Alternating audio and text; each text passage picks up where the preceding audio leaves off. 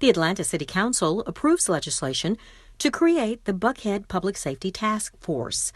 The group will include 18 members and work to enhance safety in Buckhead. The council approved legislation honoring the University of Georgia's football team, the university, and Bulldog fans on their successful 2021 season and national championship. The council greenlights a resolution requesting the city's chief operating officer and the Atlanta Department of Transportation present an account and reconciliation against the project list of completed and planned infrastructure bond and transportation special purpose local option sales tax T-SPLOST projects at the Transportation Committee meeting February 16, 2022. The council says yes to an ordinance to suspend provisions of the city's Code of Ordinances to waive the late filing fees, penalties, and sanctions that may be assessed for failure to renew licenses for the sale of alcohol through February 28th of 2022. For more recently approved legislation, please visit our website, citycouncil.atlantag.gov. This has been your Atlanta City Council Legislative Minute.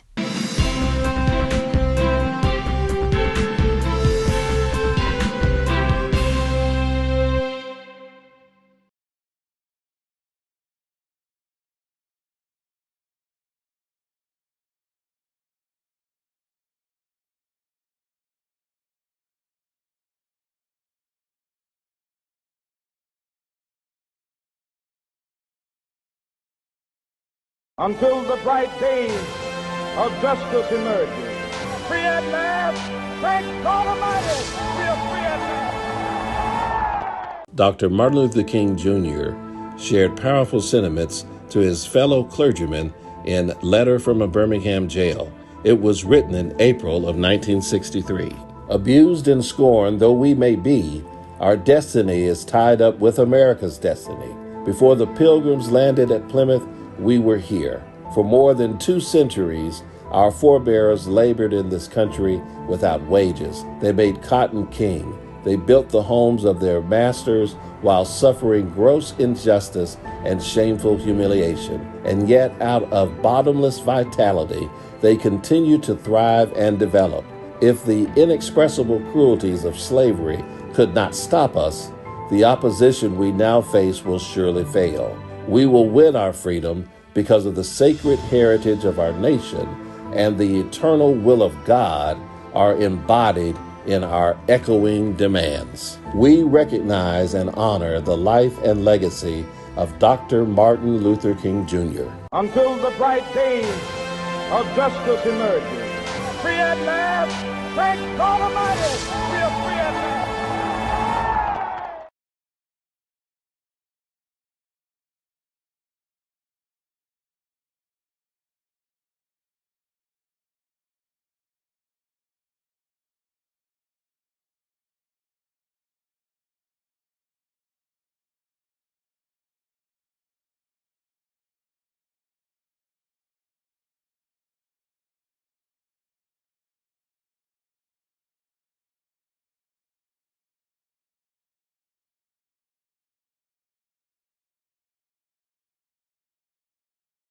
Until the bright day of justice emerges. Free at last, thank God Almighty, we are free at last. Dr. Martin Luther King shared these transformational words back in August of 1967 during an SAOC conference here in Atlanta, Georgia. I say to you today that I still stand by nonviolence. And I am still convinced that it is the most potent weapon available to the Negro in his struggle for justice in this country. And the other thing is that I am concerned about a better world. I am concerned about justice. I'm concerned about brotherhood. I am concerned about truth. And when one is concerned about these things, he can never advocate for violence. Darkness cannot put out darkness. Only light can do that. We recognize and honor the life and legacy of Dr. Martin Luther King Jr. Until the bright day of justice emerges. Free at last, thank God Almighty, we are free at last. until the bright day of justice emerges. Free at last, thank God Almighty, we are free at last. Dr. Martin Luther King Jr. shared these words during a sermon at the National Cathedral in Washington, D.C. It was March 31st, 1968, just 4 days before his assassination. Somewhere we must come to see that human progress never rolls in on the wheels of inevitability. It comes through the tireless efforts and the persistent work of dedicated individuals who are willing to be co-workers with God. And without this hard work, time itself becomes an ally of the primitive forces of social stagnation. So we must help time and realize that the time is always ripe to do right. We recognize and honor the life and legacy of Dr. Martin Luther King Jr. Until the bright day of justice emerges. Free at last, thank God Almighty, we are free at last. Until the bright day of justice emerges. Free at last, thank God Almighty, we are free at last. In November of 1957, Dr. Martin Luther King Jr. preached these transformative words during a sermon at the Dexter Avenue Baptist Church in Montgomery, Alabama. It was entitled, "Loving Your Enemies." Within the best of us, there is some evil. Within the worst of us, there is some good. When we come to see this, we take a different attitude towards individuals. The person who hates you the most has some good in him. Even the nation that hates you the most has some good in it. Even the race that hates you the most has some good in it. And when you come to the point that you look in the face of every man and see deep down within him what religion calls the image of God, you begin to love him in spite of. No matter what he does, you see God's image there.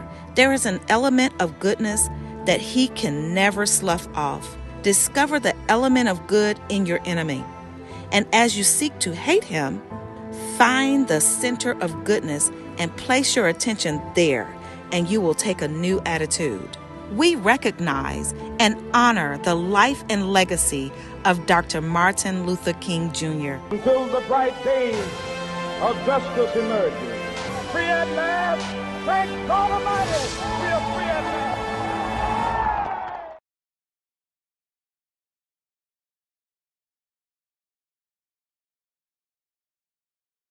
Until the bright day of justice emerges. Free at last, thank God Almighty, we are free at last. Dr. Martin Luther King Jr. shared these words during his Nobel Peace Prize acceptance speech in Oslo, Norway, back in 1964. I asked, why is this prize awarded to a movement which is beleaguered and committed to an unrelenting struggle, to a movement which has not won the very peace and brotherhood which is the essence of the Nobel Prize? After contemplation, I concluded that this award, which I receive on behalf of the movement, is a profound recognition that nonviolence is the answer to the critical, political, and moral question of our time, the need for man to overcome oppression and violence without resorting to violence and oppression. We recognize and honor the life and legacy of former District 3 resident Dr. Martin Luther King Jr. Until the bright day of justice emerges. Free at last, thank God Almighty, we are free at last.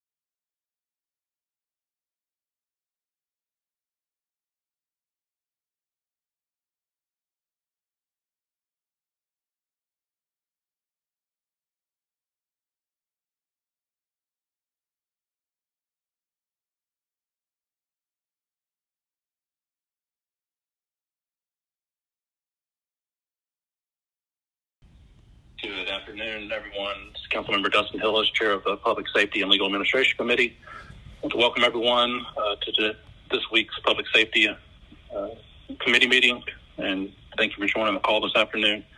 Ms. Linda, will you please do the roll call? Yes, good afternoon, Mr. Chair. We have Councilmember Byron Amos. Present. Councilmember Mary Norwood. Here. Councilmember Andrea Boone. Present. Councilmember Michael Bond. Councilmember Marcy Colley Overstreet. Councilmember Keisha Sean Waits. Present. Mr. Chair, we do have a quorum of members present. We're missing Councilmember Michael Julian Bond and Councilmember Overstreet. Thank you, Ms. Lindo. Will you please read our remote meeting statement? Yes, good afternoon. Today's Public Safety and Legal Administration Committee meeting will be conducted remotely as advertised and in accordance with Georgia Code Section 50-14-1. The meeting will be conducted in conformance with Robert Rules of Order and the Rules of Council as authorized by the City Code. The public may access the meeting conference bridge toll-free by dialing 404-902-5066 and entering conference ID number 151945. This information was also provided on the Friday, January 21st, 2022 public meeting notice. The public may also view the meeting on Channel 26, the Council's homepage at citycouncil.atlanta.ga.gov, Facebook and Twitter pages at ATL Council, and the Council's YouTube channel. All presentations are available on the Atlanta City Council website and accessible via the Public Safety and Legal Administration Committee presentations page. Today's meeting agenda was also published and made available on Friday, January 21st via the city's website at atlantacity.ga.iqm2.com. In addition, the public is able to submit comments via voicemail at 404-330-6022 yesterday between the hours of 4 and 7 p.m. These comments will be played during the public comment portion of this meeting. All persons present on a remote council meeting conference bridge are requested to please mute your phones and speakers. Meeting participants wishing to speak must be acknowledged by the committee chair. All amendments, substitutes, presentations, and other informational documents have been distributed to committee members beforehand. Thank you all in advance for your cooperation. Thank you, Ms. Lindo. Next up is the agenda adoption, and there's only one minor change in the order. Before we hear from our departments with their presentations, we're going to take our two communications to be respectful of those two appointees' time. I believe they're both with us on the call today. Ms. Lindo, since it's just a change in the order, does there need to be official amendment, or we can just adopt the agenda with that? You can just adopt the agenda, Mr. Chair, with that minor change. Yep, so I'll make that motion to adopt the agenda. Is there a second? Second. Second by Councilmember Bond, who has joined us. Welcome, Councilmember Bond. And I believe I heard Councilmember Overstreet as well. Thank you for joining us. So we now have all 7 members. If you please prepare the vote, Ms. Lindo. Come on, Mr. Chair.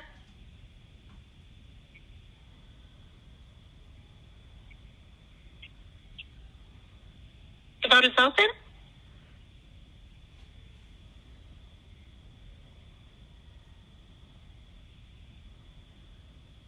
Ms. Waits, Councilmember Waits, how do you vote? Sir, are you there? Yes, Councilmember Waits, how do you vote? I was experiencing technical difficulty. We just resolved it. What was the vote again on? This is to adopt the agenda. Absolutely. Thank you so much. That is a yes. That is a yes, sir. Councilmember Waits, yes. Councilmember Overstreet, how do you vote? Affirmative. Councilmember Overstreet, affirmative. Please close the vote. The vote is closed, Mr. Chair. That's 7 yeas, 0 nays. The agenda has been adopted. Thank you. I will now make a motion to approve the minutes of the previous meeting. Is there a second? Second. Second by Councilmember Bond. Please prepare the vote. The vote is open, Mr. Chair.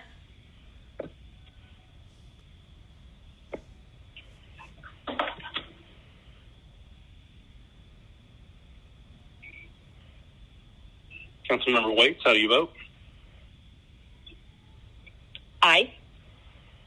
Councilmember Wentz, aye. Councilmember Overstreet, how do you vote? Affirmative. Councilmember Overstreet, affirmative. Councilmember Boone, how do you vote?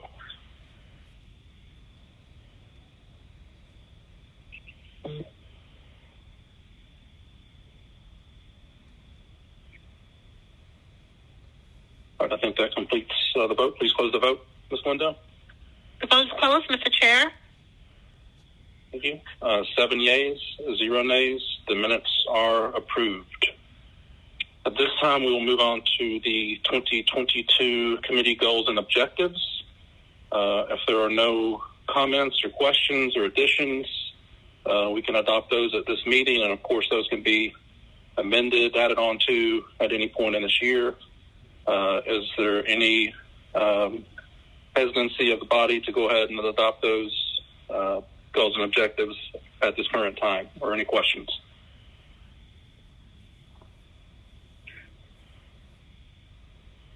All right, if not, I will make a motion to adopt the 2022 Public Safety and Legal Administration goals and objectives. Is there a second? Second by Councilmember Bond. Please prepare the vote. The vote is open, Mr. Chair. Councilmember Waits, how do you vote? Aye, sir. Councilmember Waits, aye. Councilmember Overstreet, how do you vote? Affirmative. Councilmember Overstreet, affirmative. Please close the vote. The 7 yeas. Closed, Mr. Chair. Thank you. 7 yeas, 0 nays. Those goals and objectives are adopted. And for everyone's knowledge, members of this body and the public and other council members, all of these, a copy of these goals and objectives will be posted on the Public Safety and Legal Administration webpage on the City Council's website. At this time, we'll move on to public comment. Ms. Lindo, is there any public comment? Yes, Mr. Chair, we have 16 public comments. Okay, please play those.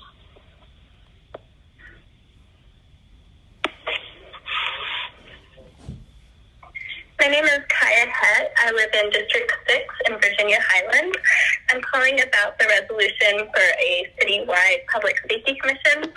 I really want the commission to focus on what will provide real public safety in the city, things that will improve everyone's health and well-being, like access to mental and physical health care, free, widely available COVID testing across the city, affordable housing, and affordable childcare.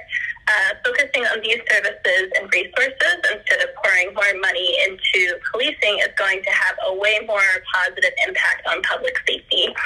I hope that this is the year that City Council starts to focus on real public safety instead of some made-up crime wave that isn't really backed up by any data. Thank you for listening. I am Brother Anthony Muhammad, a soul of spiritual being, having a human experience. I call on this committee and its chairman to recognize that the chief of Atlanta, the commission of Atlanta, and all the hierarchy of the police department. We have a problem in this entire country today, but we are here in Atlanta, the capital city of Georgia. The civil rights forefront during the 60s, Martin Luther King, Dr. Lawrence, Jose Williams, even General Pratt. I ask you members of this committee that sits on the Public Safety Committee, we need to influence the new mayor, influence the administration, and the new council member, that you could use empowerment and resources and the collaboration of themselves and business people to offer training in their institution.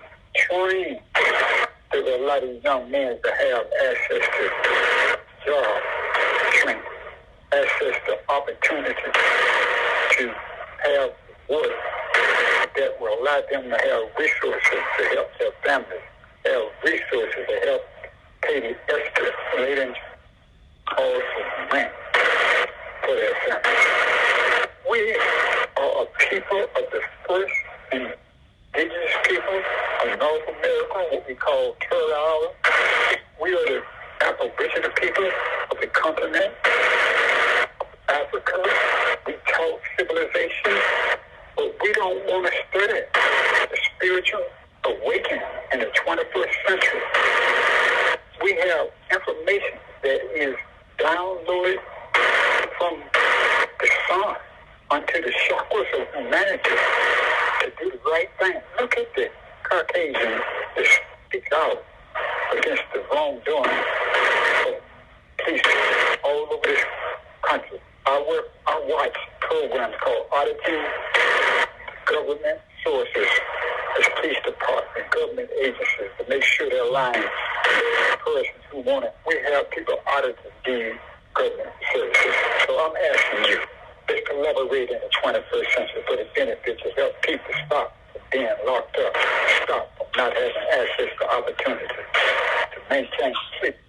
Hello, my name is Norika Lamro, and I'm calling from the Midtown Garden District about Resolution 22R3056. I wanted to say that I think that the Public Safety Commission should be driven by the data, which shows that crime in Atlanta is actually lower than it used to be. And I also think that it's important that when we talk about the Public Safety Commission, we talk about everybody's safety.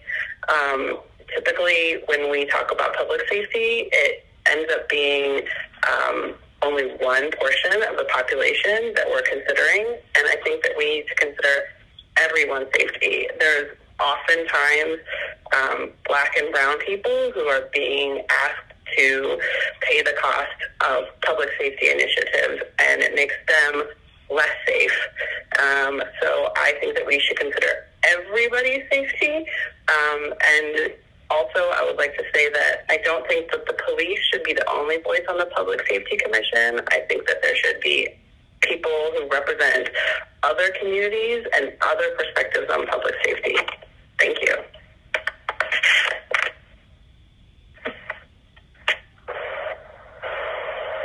Good afternoon. My name is Giovanni Serrano. I'm a community organizer with the Georgia Latino Alliance Human Rights Guard, and I'm calling regarding Resolution 22R3056. I'm calling in support of a resolution that does not addresses the root causes of crime, rather than focusing on criminalizing our community further. So when looking at this resolution, I ask that you guys consider addressing the root causes of crime. We should make sure addressing poverty, homelessness, make sure there is more house affordability, as well as addressing mental health issues that many of our communities, are experiencing as a result of this global pandemic that is taking place. These are the results that led to the increasing crime in the city of Atlanta, and it has been shown by data that is out there. So we just want, to take in consideration when looking at Resolution 22R3056 to look at the root causes of crime rather than creating a resolution that can potentially criminalize our community. I am John Freeman in opposition of 22-0-1076. In opposition to 22-0-1076. This bill is a win for human traffickers and sex predators who prey upon our vulnerable population, our children and youth. This bill will also tie the hands of already stretched law enforcement, having to determine who is and who is not homeless. This bill is bad for the city of Atlanta. Thank you. Hello, how you doing? This call is in opposition of 22-0-1076. This legislation ties the hands of police that do not have the resources to determine who is homeless and who is not. Homeless youth have resources that's dedicated to provide shelter for them. So this bill is definitely bad for the city.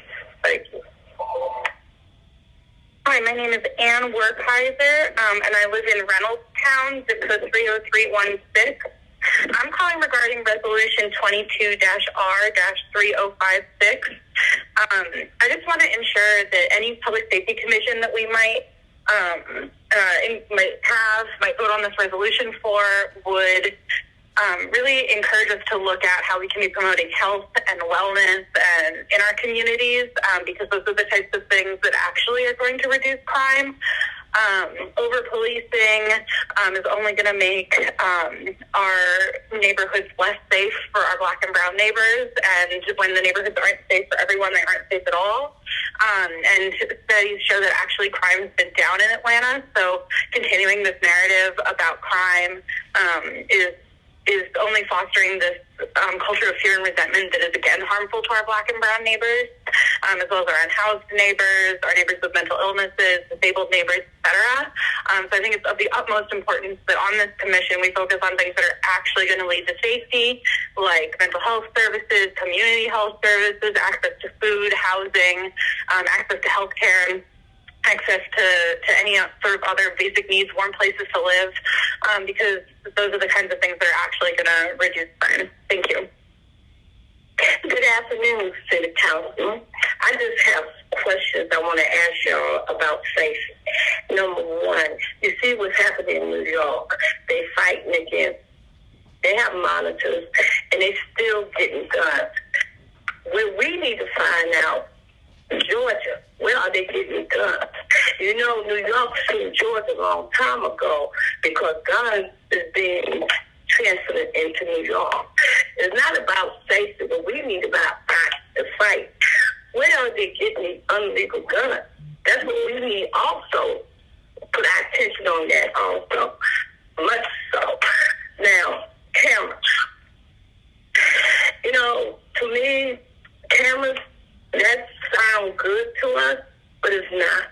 Because I don't want the cameras take over the policemen not having them in the streets. Because sometimes we got cameras on the school bus, but guess what? The cameras took place of people that monitor, because they say monitor is the camera.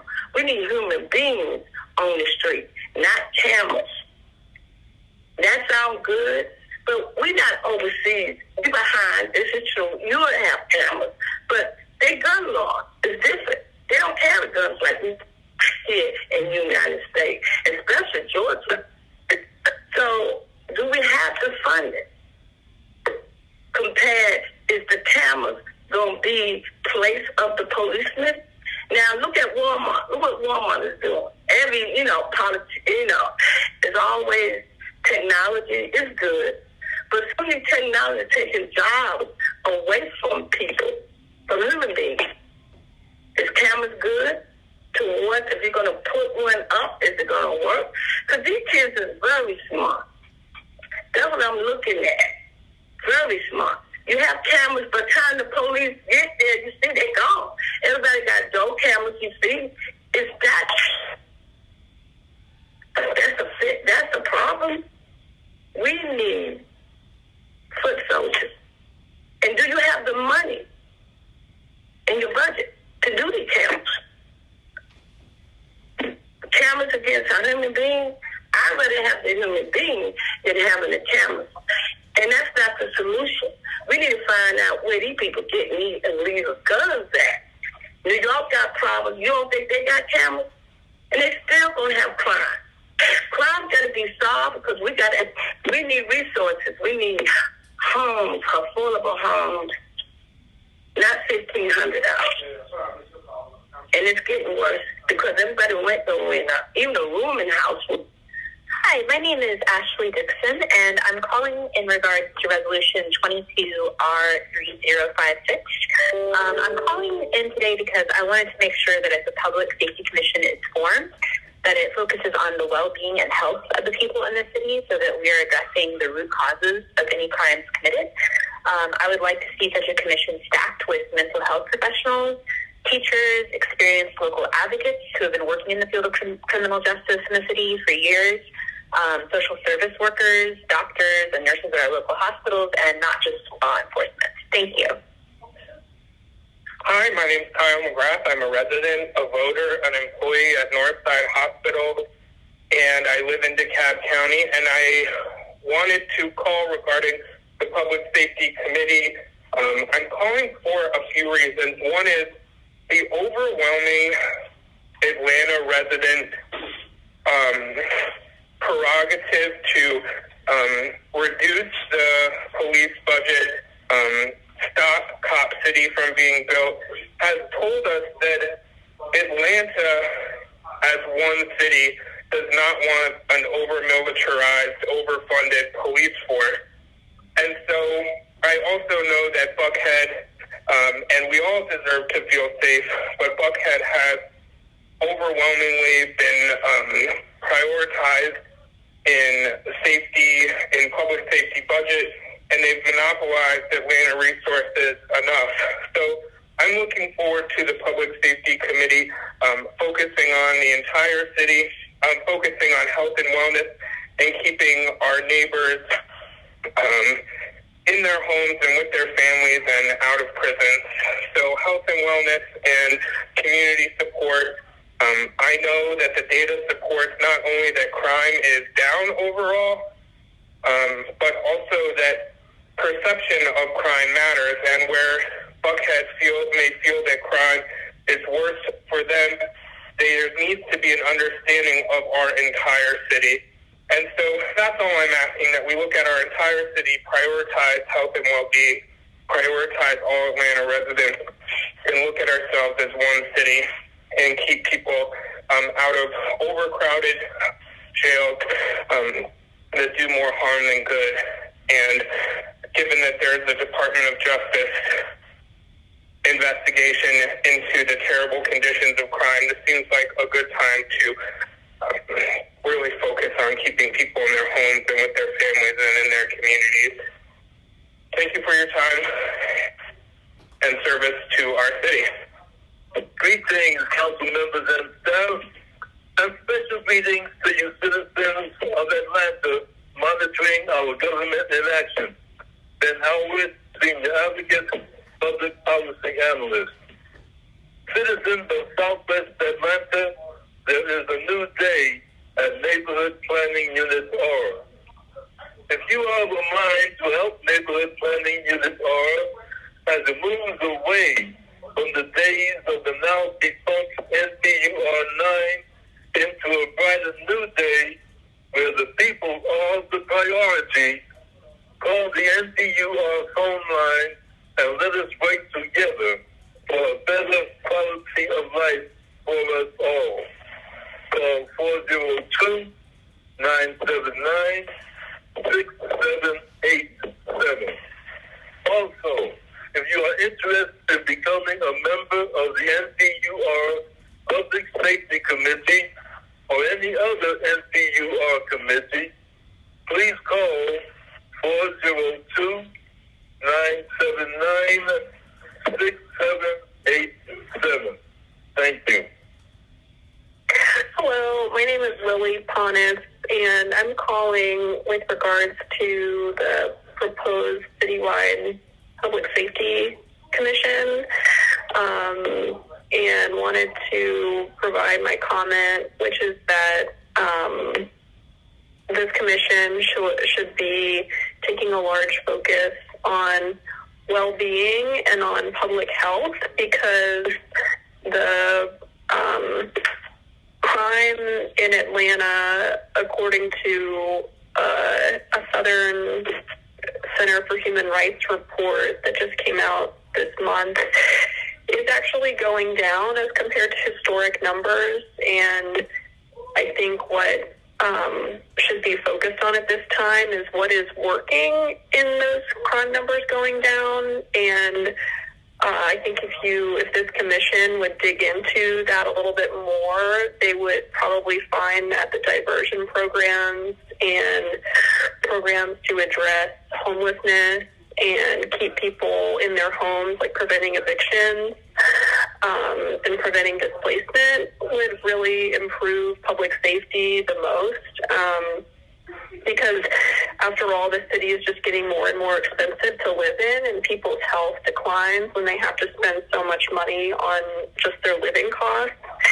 And I think if this commission is really looking long-term at public safety, they should be considering health and really prioritizing things that will get people on their feet, and rather than prioritizing some of these like crime and like lawlessness type narratives, which are really not based in the facts as far as I have seen.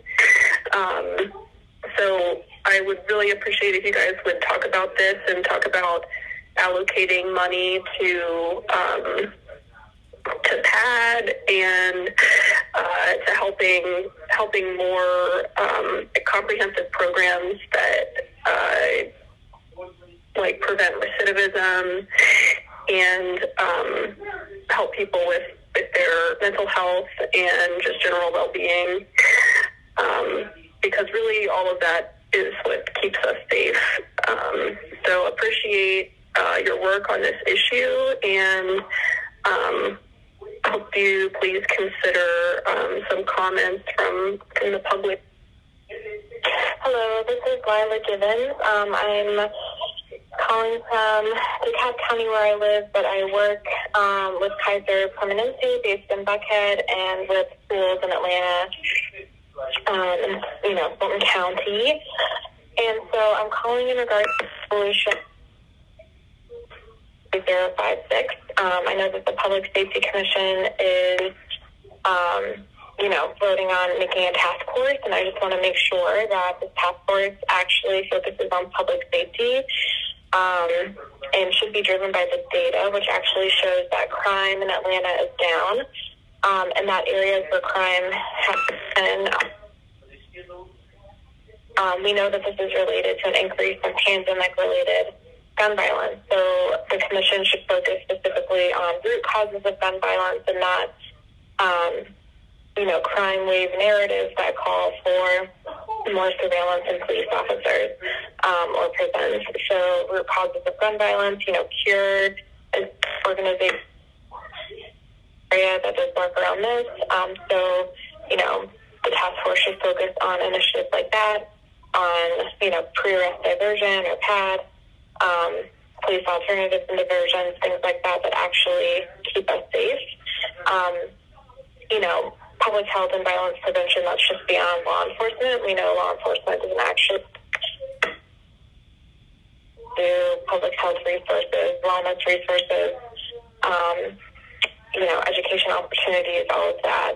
And this should really be like a citywide public health approach, and promoting that across the city and investing in those resources that really address the root causes that we're seeing. So in line with what I know is best for kids that I work with in the Atlanta area, educators I work with, and what's best for us all in the city. Thank you so much. Hello, it's called again. Position of 22-0-1076. This bill is a win for human trafficking and the sex predator who prey upon our vulnerable population, our children and youth. This bill also would tie the hands of already stretched law enforcement. Have to determine who is and who is not homeless. This bill is bad for the city. Hi, my name is Shelley Northrop, and I work in the Vinings area in Atlanta, and I'm calling in reference of Resolution 22R3056. And I'm calling for the Public Safety Committee to ensure that when creating the Public Safety Commission, that they focus on the data that is currently showing that crime overall in Atlanta has been decreasing. I ask that the committee focuses on wellness and prevention. As a mental health therapist, I have seen how this pandemic has negatively affected folks, and I have seen personally the need for more mental health services. Having more services will help not only individuals who are struggling, but also the city at large. There has been lots of data that shows that prevention and focusing on health and wellness and mental health also has shown to help decrease crime. So again, I'm asking that that we focus more on wellness and the health of our community. Thank you. Hi, my name is Micah Erskine, and I'm a policy associate at the Southern Center for Human Rights, which is an Atlanta-based nonprofit law firm that works on policy issues at the state and local level and offers technical policy assistance on matters related to the criminal legal system. While Southern Center does not take a position on the need for the Public Safety Commission, we do urge you, as you consider Resolution 22-R-3056, to follow the data and to prioritize public safety, health, and well-being across the city. It's really, really crucial that City Council does not accept and promote false narratives that Atlanta is experiencing a crime wave or a crime surge or crime levels that are out of control. In fact, data from the Atlanta Police Department shows that overall, crime considered serious in Atlanta is actually at a 10-year low. We shared a memo with City Council 2 weeks ago that shares some of this information, and we'd be happy to provide it again if that's useful. And so while crime is down overall, at the same time, it's true that two categories have increased in the past couple years, even as every other category has fallen. And those two are homicides and aggravated assaults. And obviously, that is very serious, and we want to take seriously any rise in serious harm. However, we also know that the data show that these increases are stemming from pandemic-related increases in gun violence, not from some outbreak in lawlessness or anything like that as portrayed in the media. And so, as you consider this commission, we really urge you to focus on the root causes of gun violence, as well as other pressing public health and wellness safety crises that are facing the city right now, such as COVID, affordable housing, and homelessness. And as you consider this commission, we would encourage you to include a broad range of subject matter experts and violence prevention specialists in this work, in order to include as many perspectives as possible beyond and in addition to law enforcement. Please feel free to contact me for any more information at mherskind@schr.org. That's mherskind@schr.org. Thanks so much.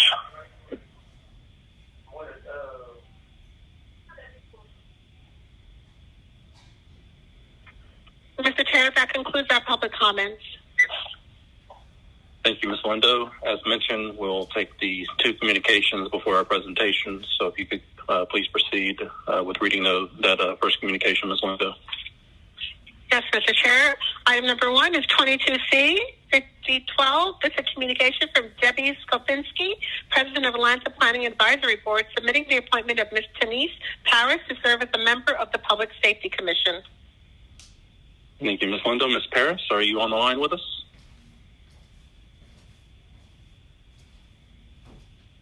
Ms. Paris, are you on the line with us? Yes. Can you hear me? Yes, ma'am. Hello? Can now? Sorry. Yes. Okay. This is Chairperson Hillis. If you could, just tell us a little bit about yourself and your interest in serving this commission. My name is Denise Paris. I live in the Westview neighborhood. I'm a part of NPUT. And last year I signed on as the public safety chair for NPUT. So I kind of just wanted to find more ways to kind of help with public safety for broader Atlanta. And I work at a psych hospital in Decatur for my job. Thank you. Thanks so much, Ms. Paris. Any questions from my fellow committee members? If not, I'll entertain a motion to approve. Second. Second. All right, was the original motion made? So moved. Okay. Moved by Councilmember Bond. Is there a second?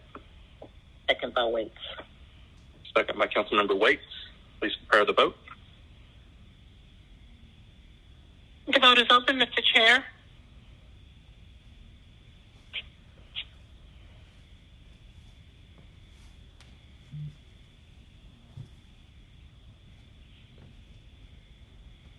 Will everyone please vote? Councilmember, please have your vote.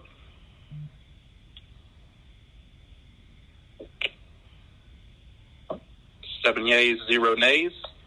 Ms. Parrish, you are approved, and congratulations, and thank you for your service. Thank you.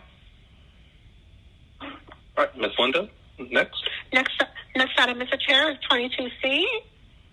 5013. This is a communication from Debbie Skopinski, President of the Land Planning Advisory Board, submitting the appointment of Ms. Dorothy Hertz to serve as a member of the Public Safety Commission. Ms. Hertz, are you on the line with us? Yes, I am. Dorothy Hertz here. Thank you, Ms. Hertz. And if you would also tell us a little bit about yourself and your interest in serving on the commission.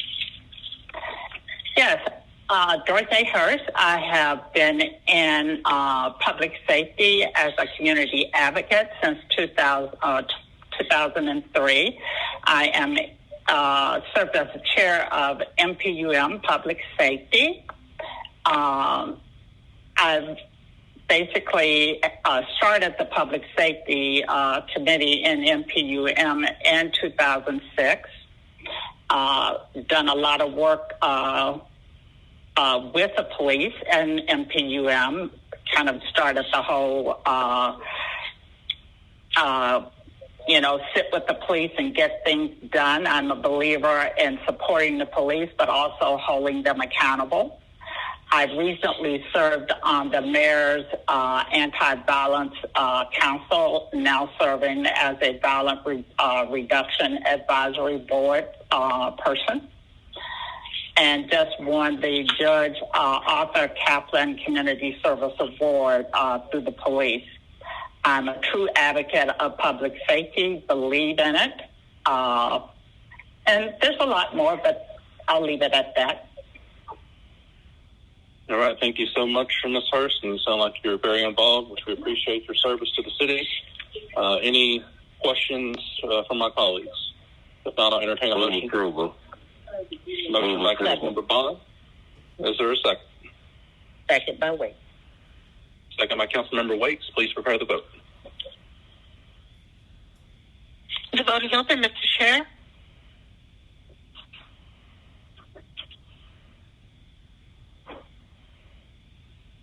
Councilmember Norwood, how do you vote?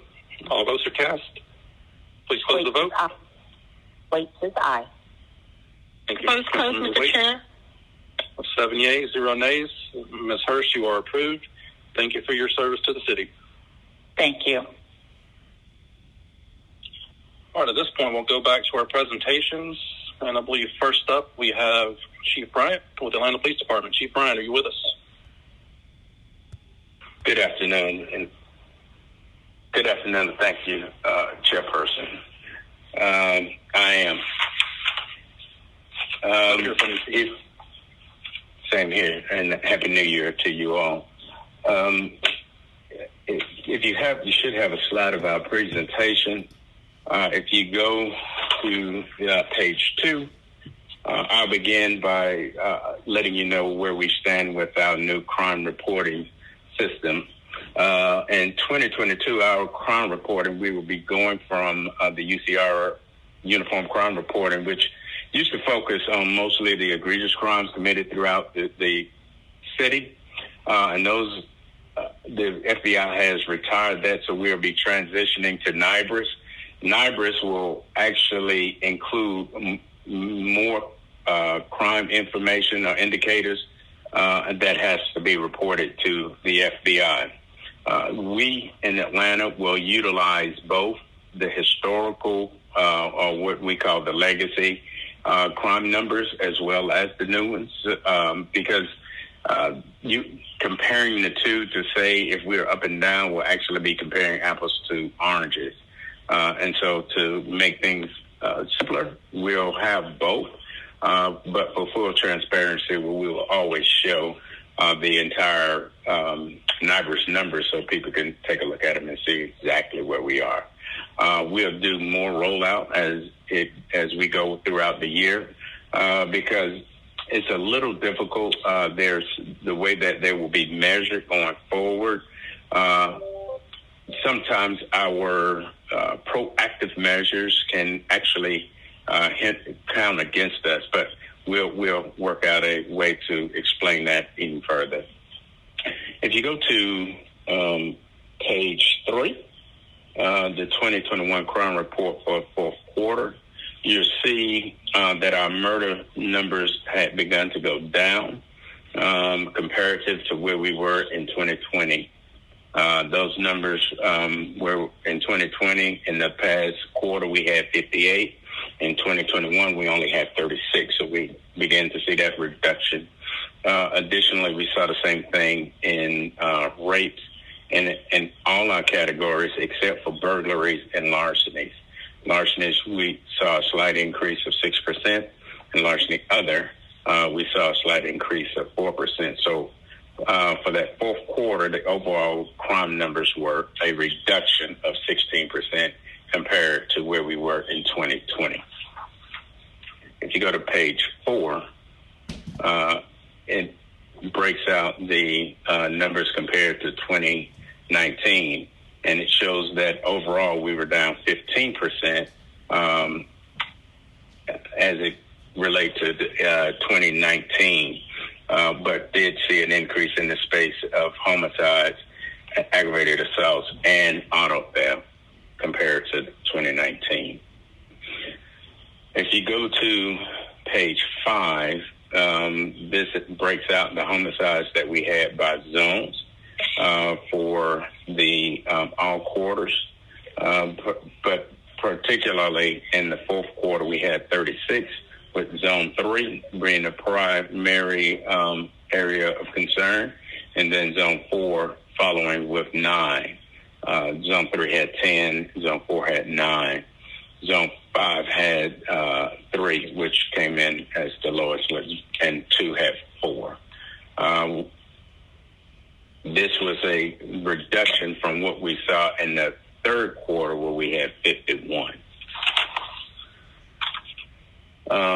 Overall, we had 158 homicides last year. That was 1 over where we were the previous year. And again, zone 3 was the leading zones of concern.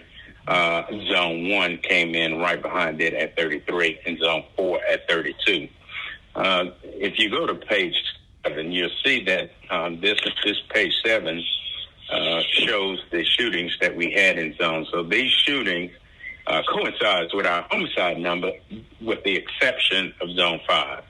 Zone 5 shows that it had more shootings but had fewer homicides than the other zones comparatively.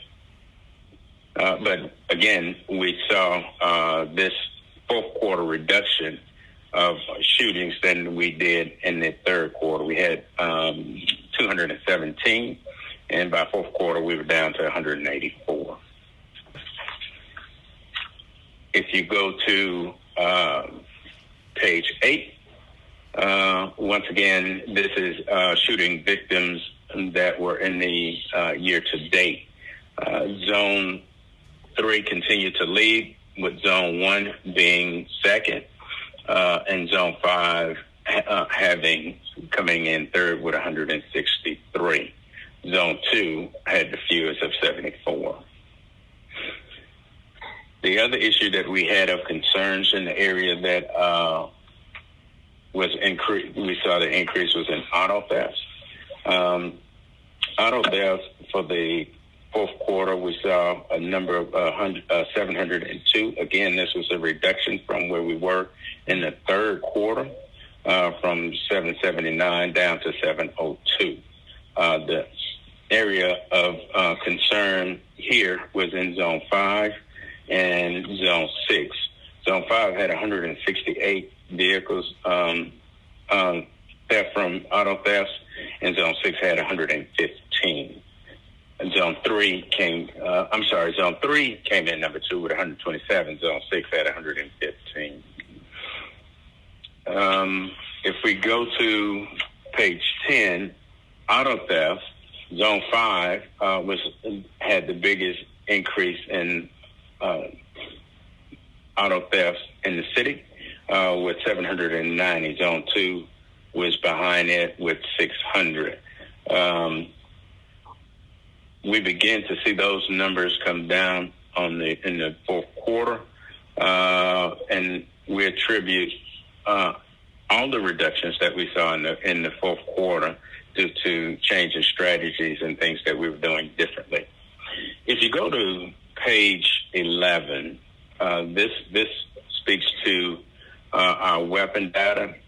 In the fourth quarter of 2021, we have 634 weapons that were recovered, but we had 527 that were actually stolen out of vehicles.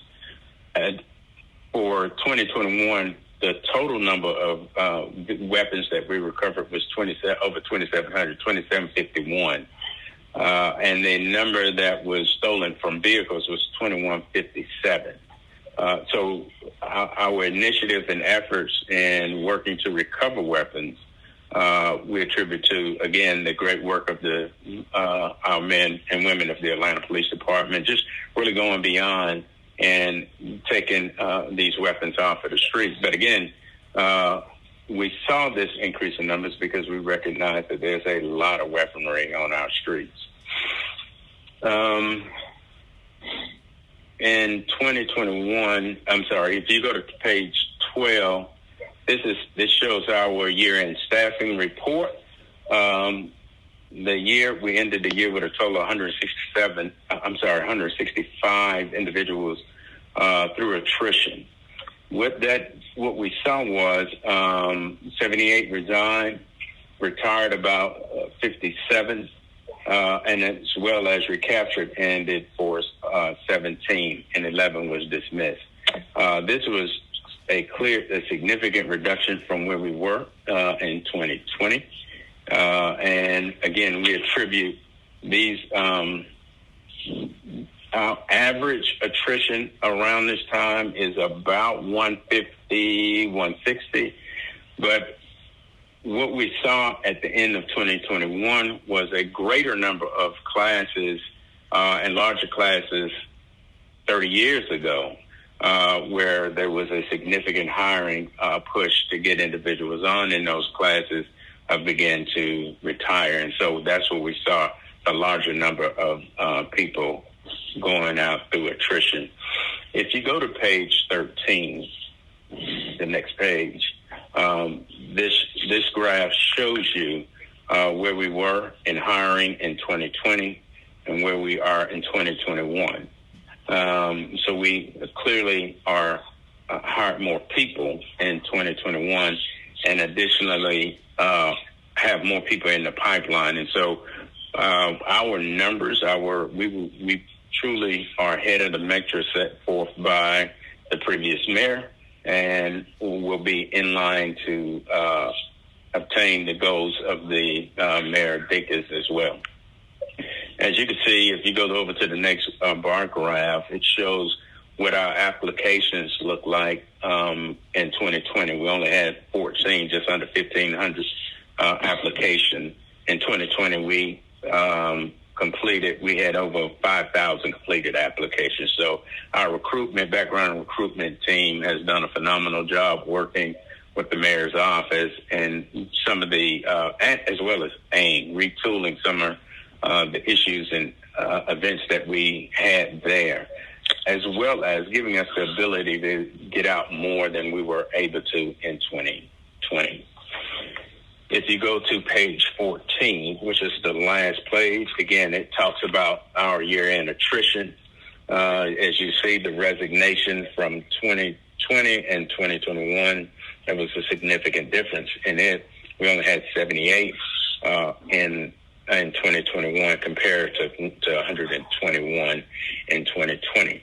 And then retirement, again, it shows that we had more people retire in 2021 than we did in 2020.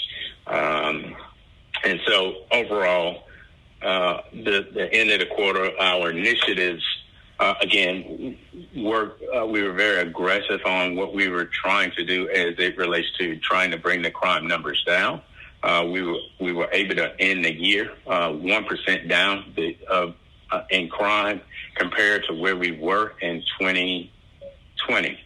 And we were able to do that in many categories, except for the space of homicides, where we went over about 1%.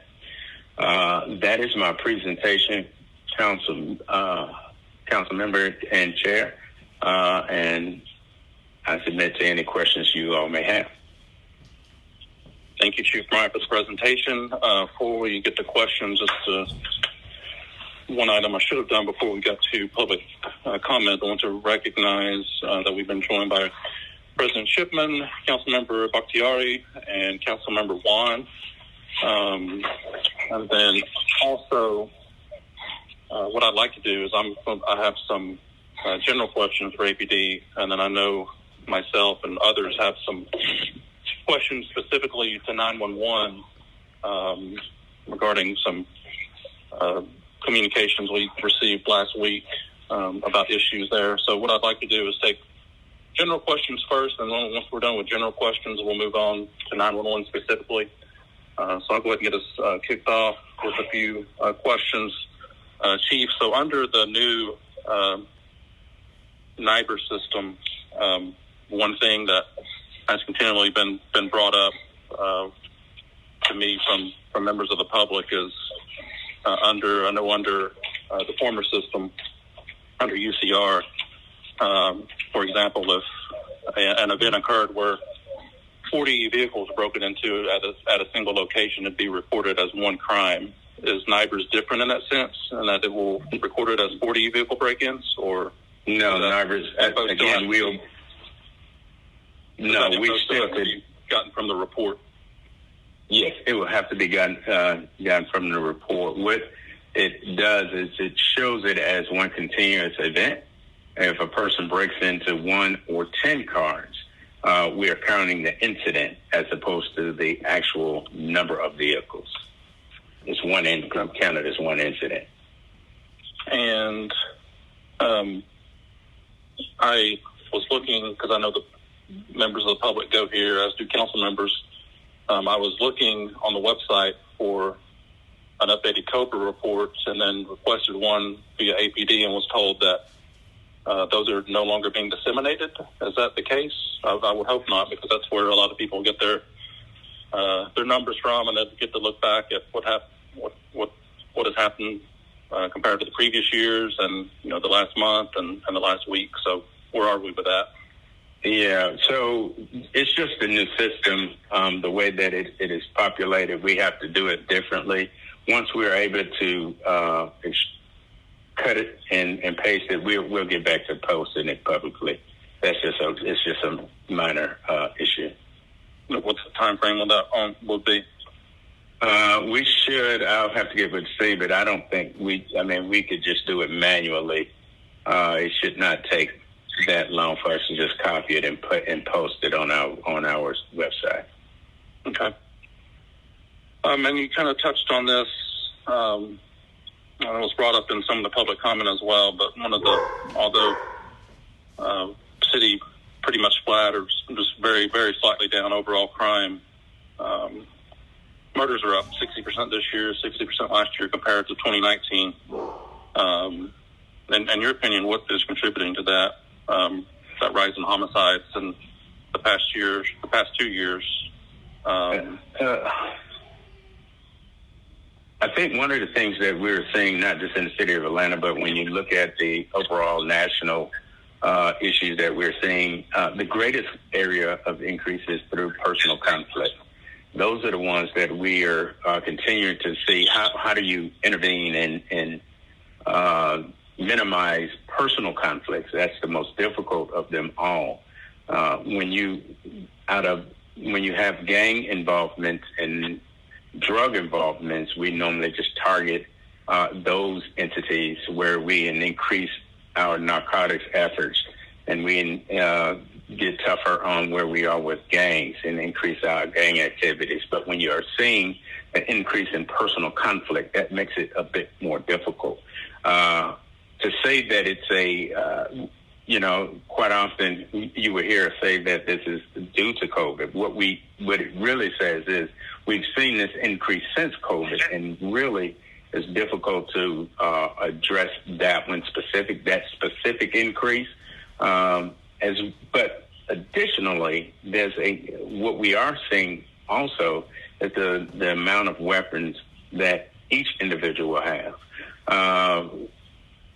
What we were in many of the situations that we're seeing not just one person has a gun. Both the perpetrator and the victim tend to have weapons at the same time. Gotcha. Thank you for that. And on this next question, it's a little complex, and I may sound like a broken record because I kind of started my first term out asking this question, and I don't feel it was fully addressed. I think APD, your predecessor, kind of admitted it wasn't fully addressed, but do you feel that APD is past due for a full zone and beat realignment that would include the possibility, at least, of adding another zone and more beats, understanding that, that relies on resources, but, there could be a short-term plan until those resources accumulate, and then go ahead and be established another long-term plan for once we establish those resources. Because the realignment, I believe you were a deputy chief or assistant chief when the last one was done in 2019, basically didn't change any of the areas of the beats, and just simply exchange 4 beats between zones. And whether we have 100 officers or 2,100 officers, there's a way to distribute those officers equitably across the city. And there's been some concern about that from the public, as well as my colleagues, that we've talked about amongst ourselves. I know a lot more goes into determining the size of beats and zones, the crime stats, but it's certainly one of the bigger issues. And just for example, there's one beat, if you look at the past 2 years, Part 1 crime, that's had almost 1,500 Part 1 crimes. And we have a beat in the past 2 years that's had barely over 200 Part 1 crimes. So do you have a plan to look into this, to do a full zone and beat realignment, redrawing, whether we stick with 6 beats and the same number of, 6 zones and the same number of beats for now, until we accumulate these resources, or what are your thoughts on that, Chief? Personally, I think it is my opinion that we stick with the beats that we have in place right now and reevaluate the beat realignment within the next couple of years. And my reason being is, council members, you recognize the city of Atlanta, it continues to grow so rapidly, and the dynamics of the city continues to change. Spaces where we did not have any activity in many of our zones, particularly in your zone as well as in Zone 3, apartment buildings are going up, quite rapidly. And so even if we make the change today, the dynamics of calls, response time, vehicular traffic in those areas will change by the time we put what we have in place.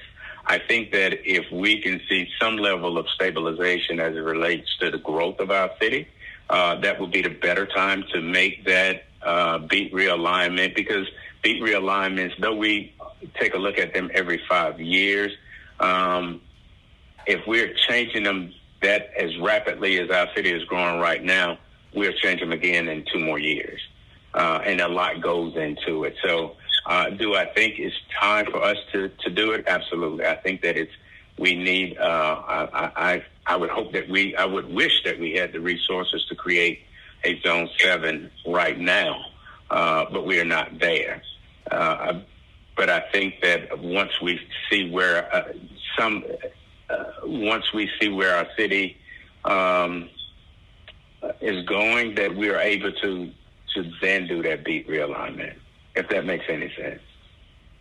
Yes, Chief. Thank you for that. Question sort of related to that and sort of related to resources. I know APD is hurting for resources, as is the fire department, DPW, DOT, watershed, everyone's hurting for resources.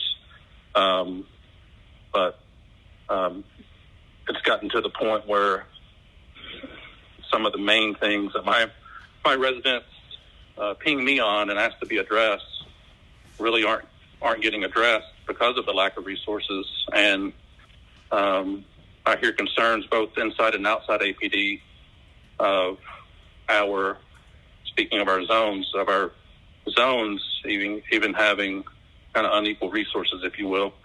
And I'm not going to get into the numbers specifically because the data that I have is 10 months old, and I know there's been a number of changes made, but data that's less than a year old, I'll say, indicates that Zone 5 has a number of more resources when it comes to sworn personnel than any of the other 5 zones. So is that still the case? And if so, what's the reason for that? That is the case. And again, it's very similar to what we're doing in Zone 2 space. It's not just because of the volume of crime, but it's the level of activity and the level of concentration that you have in both the Zones 5 and the Zone 2 space. So Zone 5 has it because of the nightlife activity, the number of businesses. A lot goes into us creating the ability for people to maneuver through that space. And so that's why it has that increase.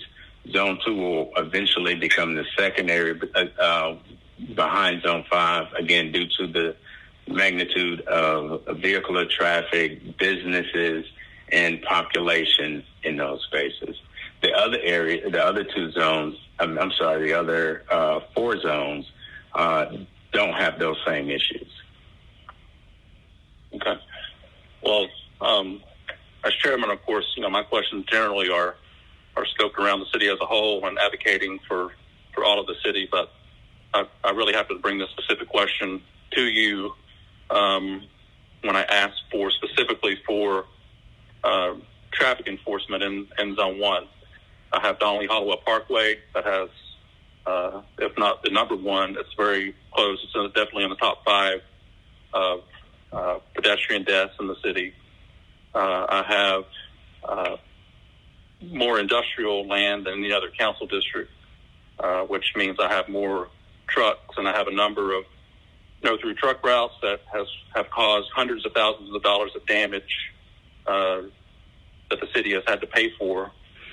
So can I get a commitment from you to get some more traffic resources in Zone 1? Oh, absolutely. We can take care of that today. Okay. Well, I greatly appreciate that. And with that, I'm going to move on and let my colleagues ask some generalized questions, and then just keep in mind that we're going to save the 911 questions until after we're done with the general questions. Okay. Mr. Chair. And I have first Councilmember Overstreet, and then Councilmember Bond. You asking to get in the queue? Councilmember Bond, you asked to get in the queue? Yes. Yeah, I have a question. I'll wait for Councilmember Overstreet. Yes. Go ahead, Councilmember Overstreet. Thank you. Thank you, Chief Bryant, for your presentation today. I just want to touch on a couple things. I did hear the conversation that you just had with Councilmember Hillis about realignment, Zone 7, realignment of the beats, et cetera. I put in legislation for a study to be conducted, and Atlanta Police Foundation paid for the study with Georgia Tech. From what I hear, that study is complete, and now it's time for us to go over the study and look at the recommendations, because we do need to make these types of decisions now concerning public safety and our alignment. As you know, Zone 4 precinct is way in John A. White Park, which is 6 miles from the tip of District 11, which is the end of City of Atlanta's jurisdiction.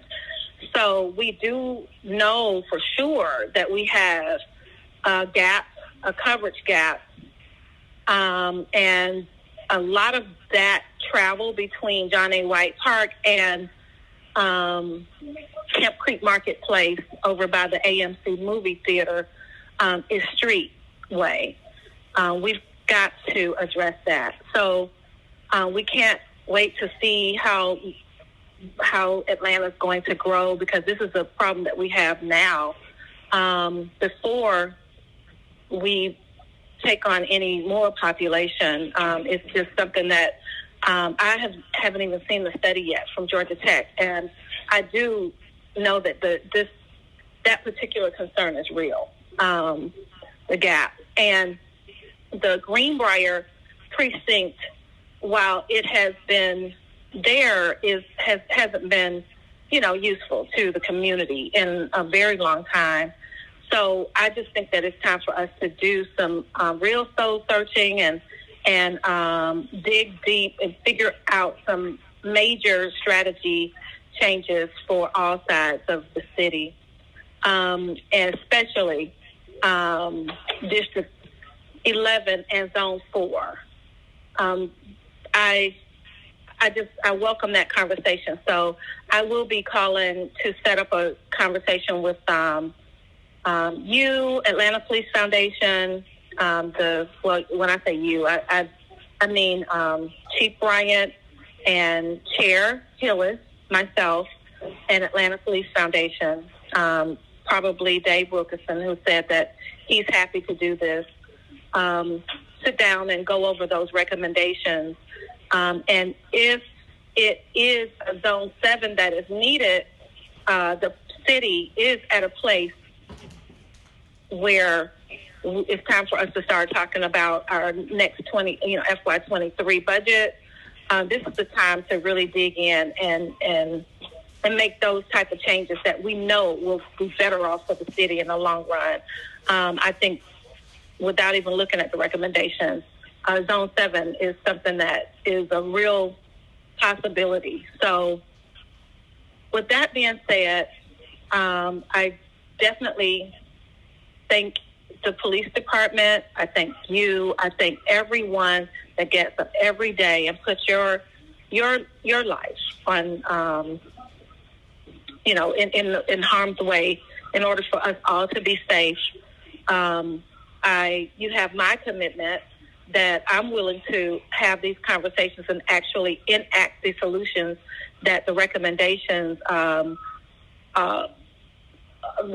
whatever is recommended, I'm willing to put in the work and actually make it real so that the city can feel safer and that we are doing the best that we can, for the city. So not so much of a question as much as it is just you understanding my will and what I'd like for us to do and the direction that I'd like for us to take, where Zone 4 is concerned, as well as a possible Zone 7. So if you have any comments about that.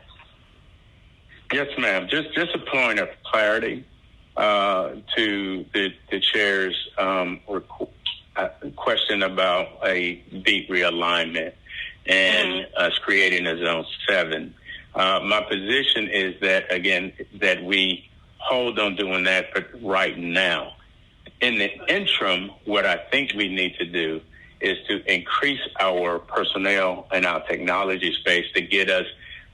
So when you are having areas that are far-reaching for our police, unlike the fire department, we operate primarily out of our cars. So the more cars we have on the street, the more personnel we have, regardless of where our precinct sits.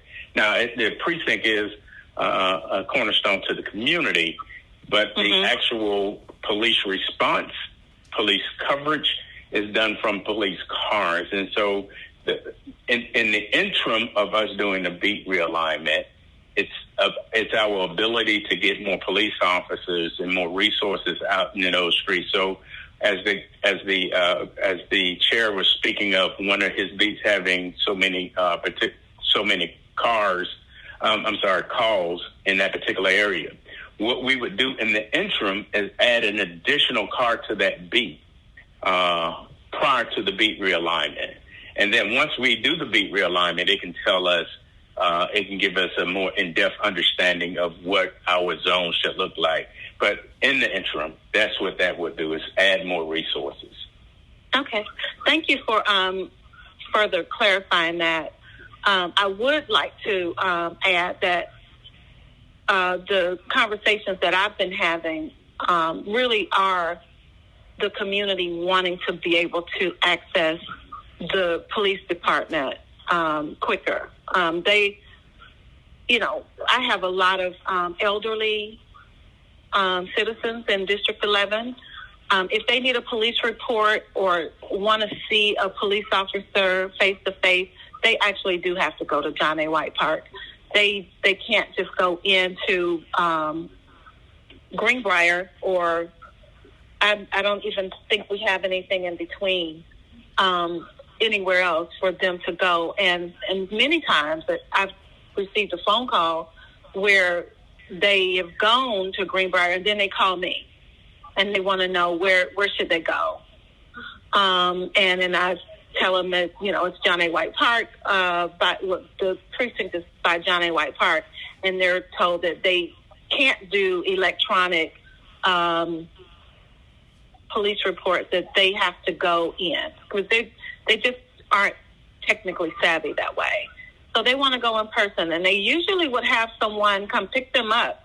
They make a day of it. They get picked up to go there. So I just want us to have a more forward-facing, community-facing presence in Southwest Atlanta, and I think that it's an easy fix. I really do.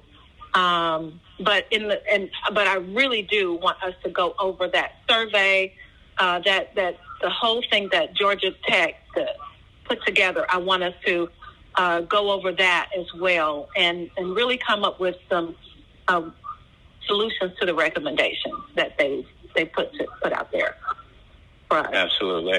I'll get with Dave and be glad to set that up with you, ma'am. Okay, and I'll call you too. I haven't done that in the last few weeks, but I will. I'll give you a call as well, because you've been nothing but accessible to me, and I don't want anyone to think that it's impossible for me to talk to you other than on committee time. So I'll give you a call. Yes, ma'am. Thank you. Thank you, Councilmember Overstreet. Councilmember Bond. Thank you, Mr. Chair. Thank you, Chief Brian, for your presentation. I just have a couple of questions. One question about your presentation is about the number of stolen and recovered guns in Atlanta. I'd just like some clarity. How many guns that were stolen have been recovered in the last year? Was it in the last? Let me get back. I'm going through my slides. So, I'm sorry. Say it again, sir. No, I'm sorry. Was it over 2,100? Was that the total for those from vehicles? From vehicles. Do we know how many have been recovered? We've recovered 2,751. But again, all the ones that we recovered were not all stolen from vehicles. Right. Well, I'd like to ask a question. Is there a way to determine that for those that have been stolen from vehicles, if they were in a lockbox, or it's unlikely if they would be stolen if they were in a lockbox in the vehicle, correct? Not necessarily. We've gotten reports where someone stole the actual lockbox. Now, there are some that are bolted down in the cars, but generally, people may put them in cases and lock the cases and put them in the trunk, and the whole thing is taken. Okay. So the 2,700 total recovered within the last year, that could include weapons from homes as well as probably some items that might have been stolen the year previous. Is that correct? Well, it would have been not the year previous, but it would account for some that were stolen out of homes. Okay. Thank you for that. Next, I wanted to go to an issue that came up at our last committee meeting that we discussed with the deputy chief, when she made her presentation. It's about the officers assigned, the extra duty officers assigned to the parks.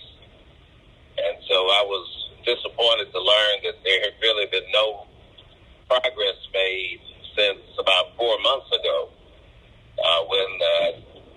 deputy chief was there giving a presentation telling us that the program would be stood up in January of 2022. And we were told that we were waiting on some issue with cameras in some of the parks, but that the personnel, the folks will be hired and in place. Can you give us an update on that? Absolutely. And so let me first, because I was clearly made aware of what was stated and how it was stated. And I think it should have been a point of clarity to state that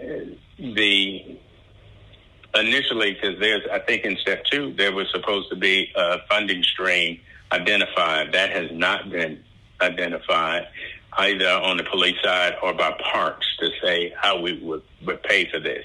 Additionally, once we were able to do that, we had to determine where we would get these off-duty officers from to do it.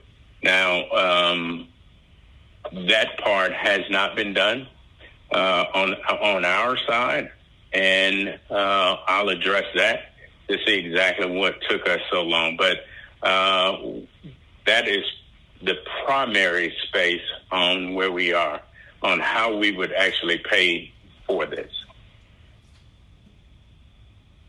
So I know at one point I'd raised the issue that the park improvement fund can pay for it. 10% of that fund goes for personnel costs. And so that was the emphasis from the beginning, the line item that I had identified to pay so that it wouldn't come out of any other line item for the budget, because park improvement fund comes in, over $10 million a year. And it already pays for personnel within the parks administration and could easily pay for that line item. So if there's legislation that needs to be addressed, since these officers would, they would be, I don't want to say confined to the parks, but their primary patrol area would be the parks, I'd be more than happy to draft that legislation. Because as it's getting warmer, we had a cold snap. I guess we don't have a real winter in Atlanta anymore. But people are using these parks, and they're extremely concerned about having that extra coverage, that dedicated coverage there within the facilities. Do you know how long it will take you to find out how quickly we can get this initiative started? Because we were told 4 months ago that they had identified about 21 individuals who were willing to participate. I would have to go back to our Deputy Chief of Administration to see where we are with 21. That's a large number, but I'll find out today. Okay, thank you. Yeah, because that's what they report when they last jointly reported with parks in September. That's what we were told. That they had identified. Done an all-call to the retired Corps of Officers, and they identified about 21 individuals. Okay. I'm looking, texting now to see where those numbers came from.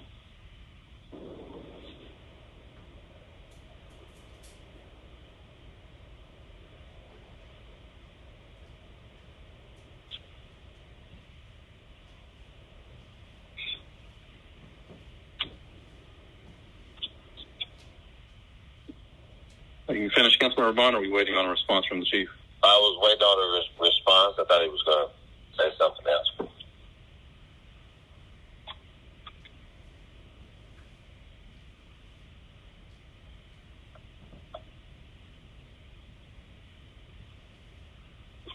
I'm trying to text. I'm sorry, I messed up something.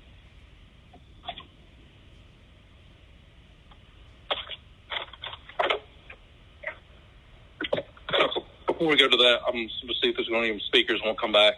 Any other speakers with questions from for the committee?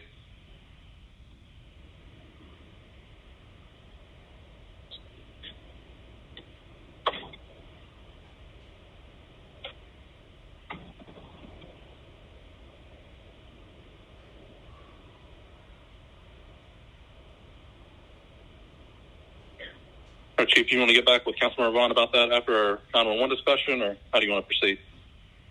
Yeah, if we could, I can move on to 911. I just sent the text, and they'll respond as soon as they can. Well, I'll be holding on. I'll wait. Thank you. Thank you, Councilmember Vaughn. So moving on to the 911 specific questions. I know a number, if not all, council members, in addition to administration, and I guess it was sent to a chief or might have worked its way up to you, but received some issues about 911. Of course, in addition, we ended our year with the issues with unreliable space that 911 currently occupies. So before I get into the specific questions, I just wanted to go over some of the highlights that was in the information. Speaking of the resignations, there were apparently 30 resignations last year. And despite the shortage that we have at 911, there's multiple cases of dispatchers being refused to go part-time just because of the stress level of this job, and then needed to take back off a little bit. They highlighted issues with fairness, favoritism, harassment, hostile work environments, what some see as nepotism. There was highlights in there about training reductions. Apparently, it was formerly 6 to 8 weeks of training, and now it's 3. And in addition, they're only performing 911 and police dispatch training and not fire training at this time. And they did a survey. 41%, just a few highlights of that. 41% do not feel comfortable providing feedback to management. 50% feel supervisors are not, quote, helpful and available. And as far as satisfaction, 35% satisfied, 37% dissatisfied, and 32% somewhere in the middle. And of course, this is a very highly stressful job, taking these calls constantly without having what is at least being alleged as the issues that I highlighted. So is this something, Chief, that you are aware of? And if so, what changes, both short-term and long-term, are you going to make? And just to highlight, this seems to be, at least in what we were provided, a supervisory middle, upper-level management issue at 911. So can you give us some details about what's going on and what changes are going to be made there? Absolutely. So I'm aware of some of those concerns that were brought to me by the union. Some of the surveys were also given to me. I'll tell you this, Chair. I go over to 911 on a regular basis and meet with the team over there. And there's a level of there's some conflict in what I'm getting from the personnel and what I get from the union. And it's not saying, I clearly understand that there may be times people aren't willing to speak to me specifically or directly, but in every line of communication that I've been able to open up to them, I just don't get that same level of feedback. One of the things that I have done to kind of stabilize what we're seeing over there is to give sworn personnel supervision over back into 911 so that they can help stabilize some of the things that we're seeing or getting. Additionally, this is the first time I've heard about a reduction in training. One of the things that I've made available to all of our professional staff in 911 is to expand training to include, they can go to many of the trainings that our police officers go to include the Police Leadership Institute. And they, in every class that I go speak to at the APLI, there's some dispatchers at all levels in there, from regular dispatchers to supervisors up into management. So we're continuing to do that. What I suggest that we continue, I will do is to ensure that we are going over there and having more conversation with them to get better feedback and to use a more because the number of surveys that I got that told me what was going, the number was tremendously low comparative to the number of people that actually work in 911. And so when you hear percentages, they are skewed when your numbers are tremendously small. So we just need to do a deeper dive and have a more robust conversation on what's going on over there. And I will clearly bring in HR, Jeff Norman, who's been a tremendous partner in communicating with us and partnering with us in addressing concerns at 911. Hey, thank you for that, Chief. Any other committee members have questions? I know Councilmember Bakhtiari, I believe, has joined us and has a question, but I want to check in with our committee members first. Any questions specific to 911?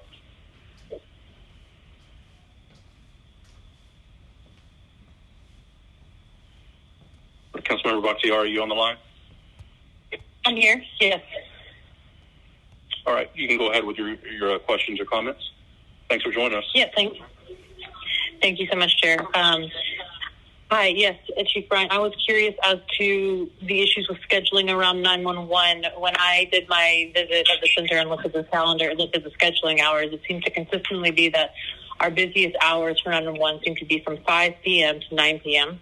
And those are the hours when it seems that we have the lowest number of staff scheduled, and more than double that during the day. So usually it seems that we have anywhere from 3 to 5 operators scheduled during that time period for the entire city. And I'm wondering why that is, because that's amounted to wait times as high as 80 minutes at certain points, it seems.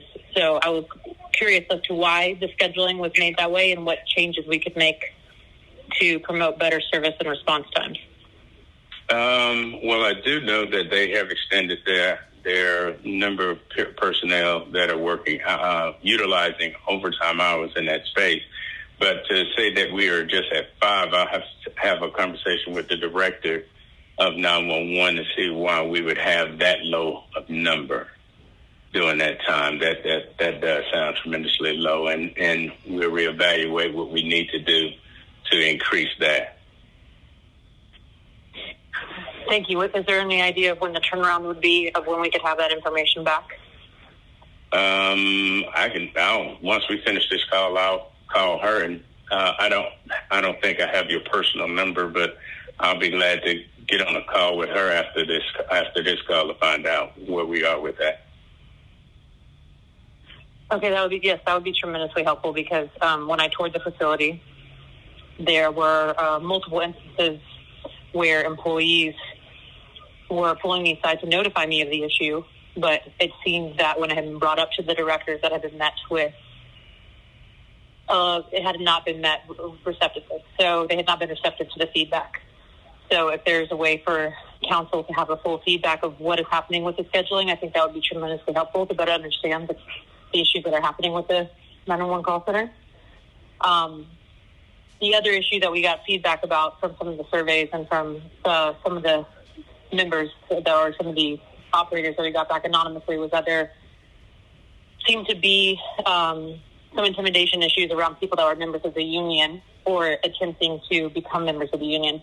And I was wondering if you could speak to that at all, if that had made its way up to leadership, or if leadership was at all aware that that was an issue that was taking place. Yes, I've had a conversation about that, and to this point, to be honest with you, I'd be glad to do an actual investigation into the matter, because that has not been brought to me that there was intimidation. I will not tolerate anyone being intimidated or being part of a union. And so we'll be glad to address that, and if we find that someone did do such a thing, they'd be disciplined accordingly. Understood. Thank you. I figured that was the case, which is why I wanted to make sure if instances like that occur where it's reported to any of us, would you want it? We'll make sure to forward it to it. Please. Thanks. Thank you, Councilmember. Any other council members with questions about the 911 issues? And that's not just to finish up, Chief. I'd like to speak to you as well about some of the specific personnel matters that were mentioned in the letter and the other communications we received. Of course, this can't be discussed openly in committee. But on one more general question that I had, because this just popped in my mind because we asked Deputy Murphy about it at the last bi-weekly update, is the issue around procurement for the city car wash. Yes. I know the prior was, I guess, a contract for all of the city, but we were told, I believe, that the police department was proceeding with a separate procurement simply to address the police department. Where is that at? Has that been advanced through procurement? Yes, we're working with procurement to reestablish the existing car wash agreement that we have in place. That should have that should actually be operating currently, and we're working with procurement to address the future issues that we will arise, as well as having conversation with the mayor's office to address it. Okay, thank you, Chief. Seems to be centered around procurement. So is CPO Clark or any of his representatives on the line to address this? That's specifically where this is in procurement. Ms. Lindo, can you indicate if anyone from procurement's on the line with us? Yes, Mr. Chair, I'll check.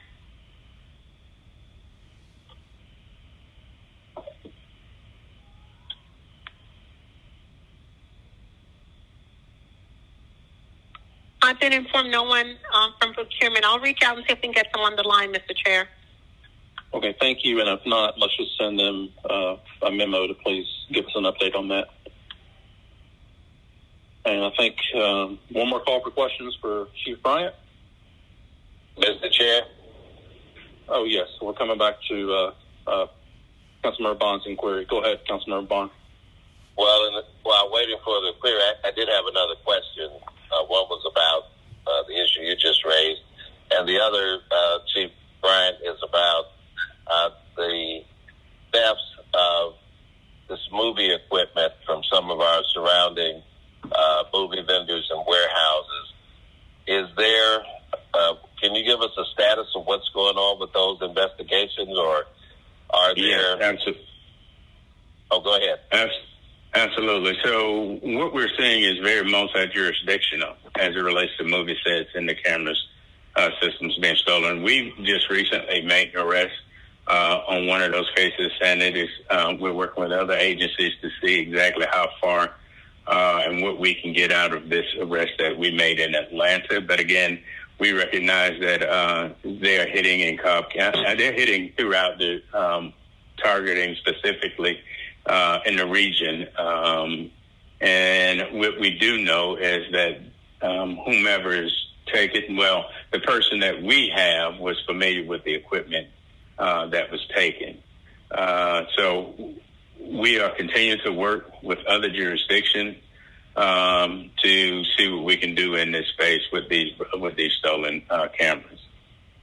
Well, it's good to know that you made an arrest. I wasn't aware of that. And I'm sure that'll be comforting to those in the industry, since they play such an important role in our economy now.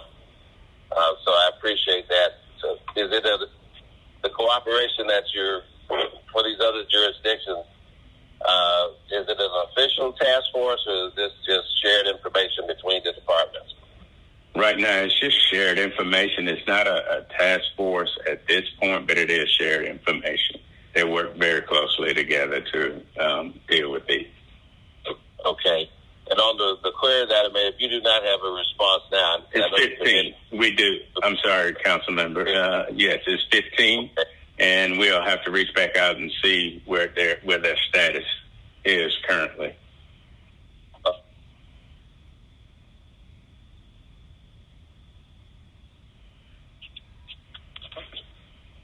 Is that all, Councilmember Bond?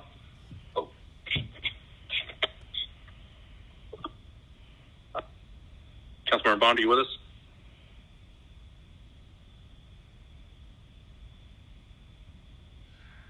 No pause, Councilmember Bond.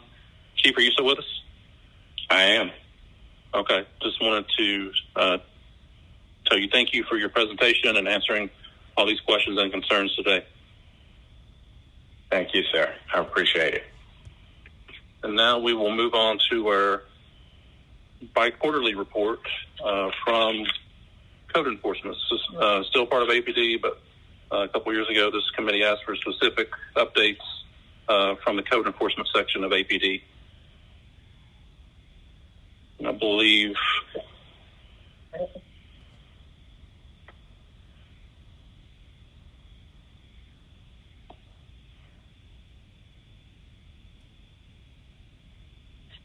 sorry, lost connection there for a minute. I believe Major Mitchell is with us from code enforcement. Major Mitchell, are you with us? Yes, I'm with you all. All right, go ahead. Good afternoon, council members. Major Mitchell, Atlanta Police Department, the current new code enforcement section commander. For the agenda, to give an update, we'll be talking about staffing, inspection data from 2019 through 2021, our complaint intake versus our complaint resolution, the removal of junk vehicles from private property, as well as compliance resolution activity for the section. Can you all go to slide? Mr. Chair, one moment. We're low. Wanted to get the presentation up. I apologize. You may proceed, yes. Okay. So once you get it up, you can go to slide 3 for me. The staffing slide. So currently, we have 19 vacant positions within the section. 10 of those are code enforcement officer positions. We currently are working with human resources to get those positions filled. Since the last presentation, we've had 2 code enforcement officers start, but we've also lost 3 to the Department of City Planning, to zoning. One of those is a supervisor. We currently have 3 candidates that are in background, 2 of them being code enforcement officer positions. Since June of 2021, we have lost 7 employees that have transferred to other departments within the city. 5 of them have went to zoning, 1 to watershed, and then 1 to fire. One of the main reasons for them transferring has been compensation. So prior to my arrival here, a compensation analysis was submitted. And so I'm following up with that to see where we are with that so we can retain the current staff that we have and then hire additional code enforcement officers. Y'all can go to slide 4 for me, please.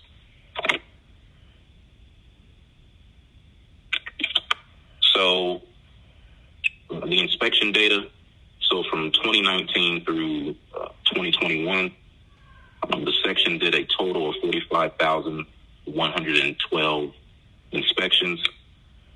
In 2019, pre-pandemic, we were at 22,019. And then as you guys can see, there was a decrease in 2020, down 82% from the previous year. Obviously, that was the year when we were in full force with the pandemic. In 2021, you can see those inspections increased back up to 19,269, which is up 403% from the previous year and only down 12% from the 2019 numbers pre-pandemic.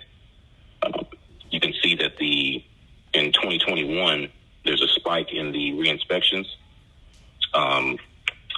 Code enforcement officers, they were not conducting field inspections for a period of time in 2020. And then when they did return to the field, they were focusing on those initial inspections because the court was still closed. The 2021 re-inspections, you can see that those are up,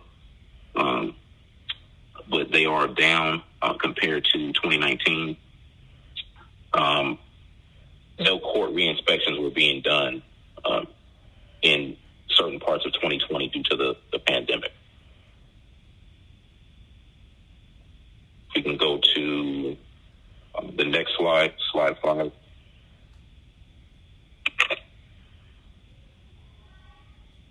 So our complaint intake versus our complaint resolutions.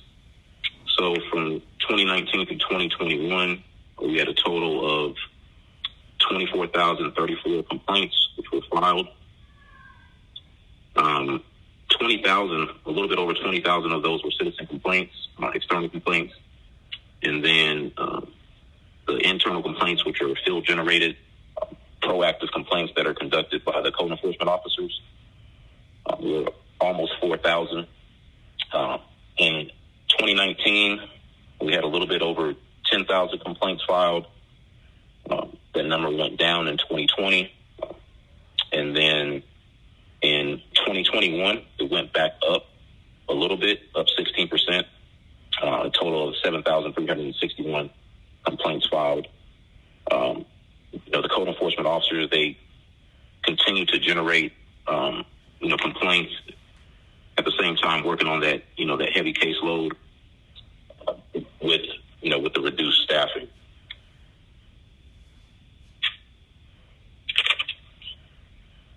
You all, so the total complaints received from 2019 through 2021 was a little bit over 14,000. So voluntary compliance, those are people that complied after a courtesy notice was issued to them. The court complied number are those that complied after their initial court appearance. And then the compliance resolution, that's city abatement through demolition, clean and close, or clean and cut. And then the other ones, they were either voided, transferred to another agency, unable to gain entry. And then you guys can see the numbers on there. In 2019, a little bit over 7,000. In 2020, we were down to 1,303. And then in 2021, almost 6,000 complaints were resolved. So that's up 342% from the previous year. We can move on to slide 6.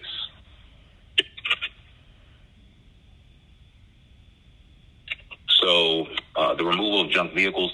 So since the last presentation, when they started removing junk vehicles here at Code Enforcement, 35 junk vehicles have been towed.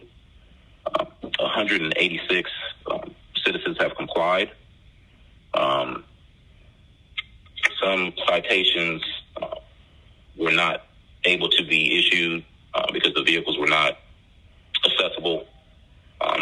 Either they were covered or located behind fences or gates or other obstructions. And then if you can go to slide 7.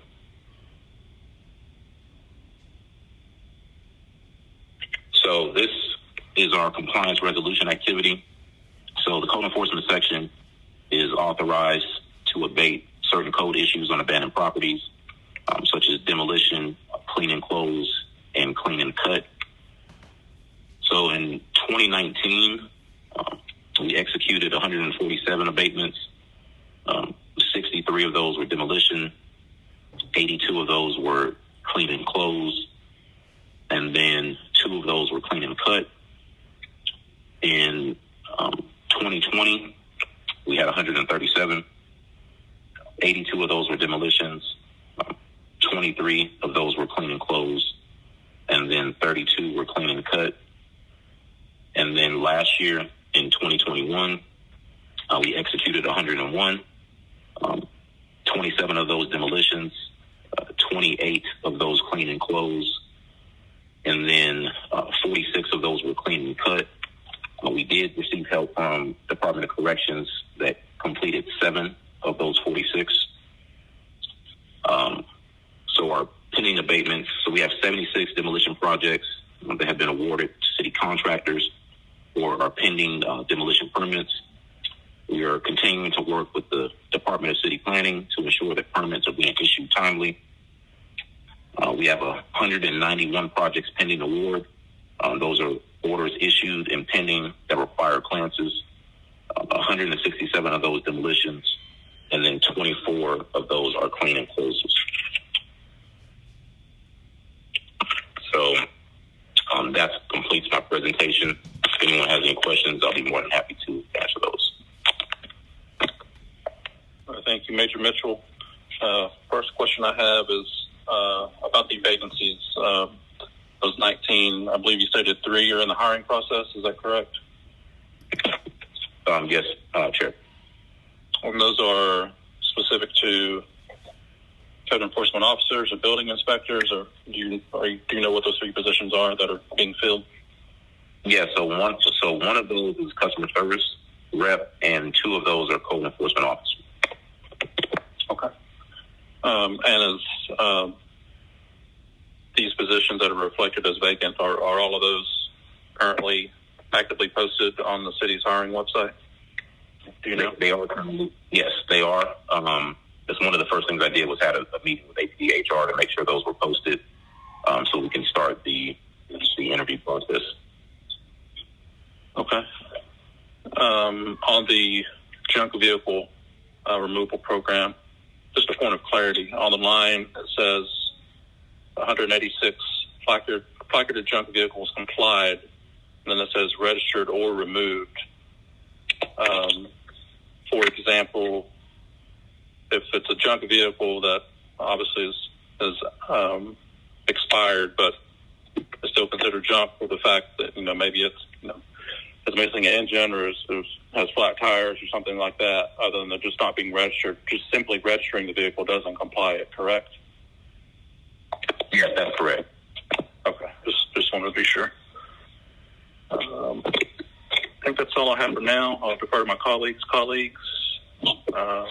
Any questions for Major Mitchell on code enforcement?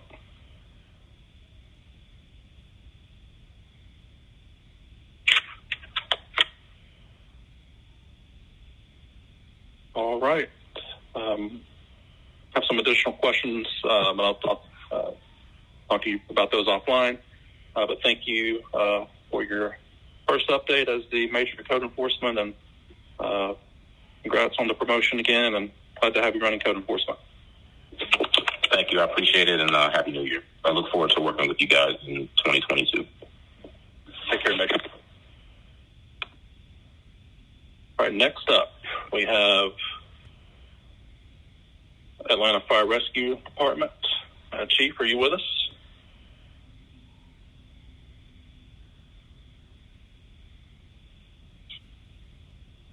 Chief Smith, are you with us?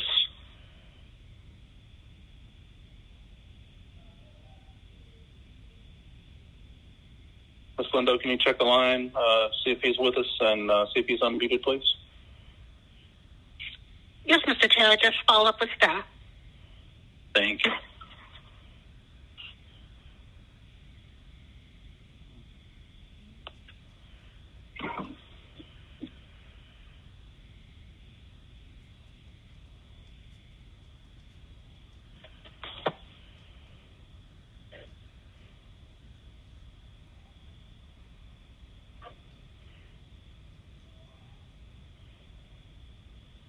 Mr. Chair, they're saying that Chief Smith's not on the line. I will follow up with his staff. Okay, please do. In the interest of time, we'll move on to legislation, and we'll defer AFRD presentation to after legislation. Let me get that pulled up. Just 1 second, please.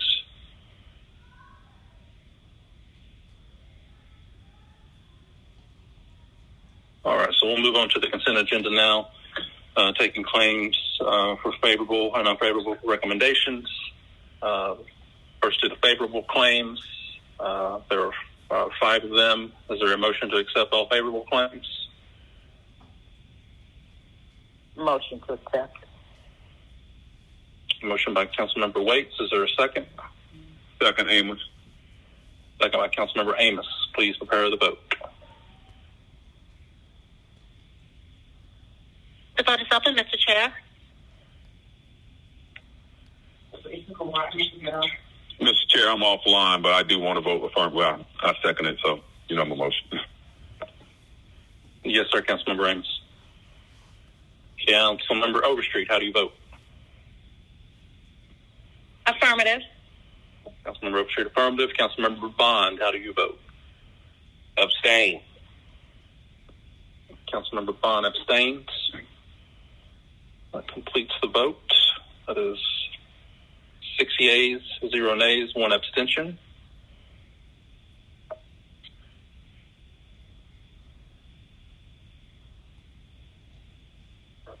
You want to close that vote, Ms. Lindo, make it official? Yes, the vote is closed, Mr. Chair.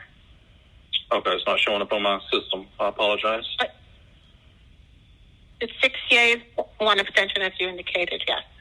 Okay. We'll move on to claims with unfavorable recommendations. I'll make a motion to adverse those. Is there a second? Second, Amos. Second by Councilmember Amos. Please prepare the vote. The vote is open, Mr. Chair.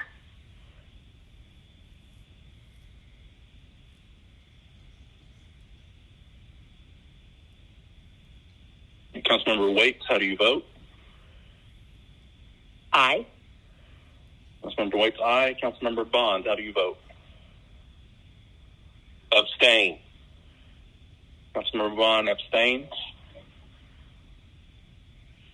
Please close the vote. The vote is closed, Mr. Chair. All right, that is 6 yeas and 0, 6 yeas, 0 nays, 1 abstention. Correct me if I'm wrong, Ms. Lindo, on these, because I'm still not being able to see the vote on the system. That's correct, Mr. Chair.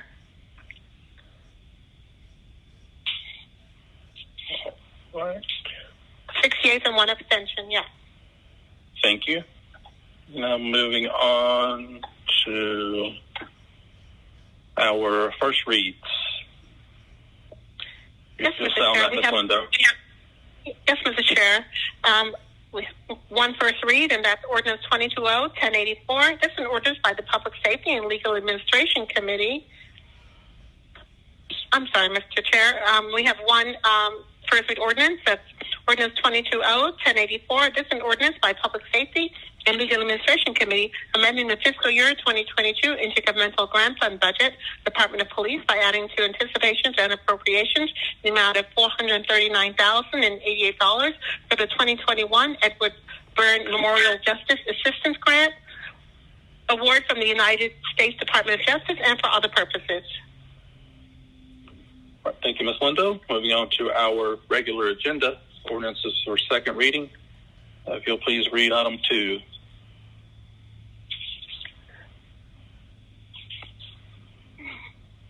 Yes, Mr. Chair.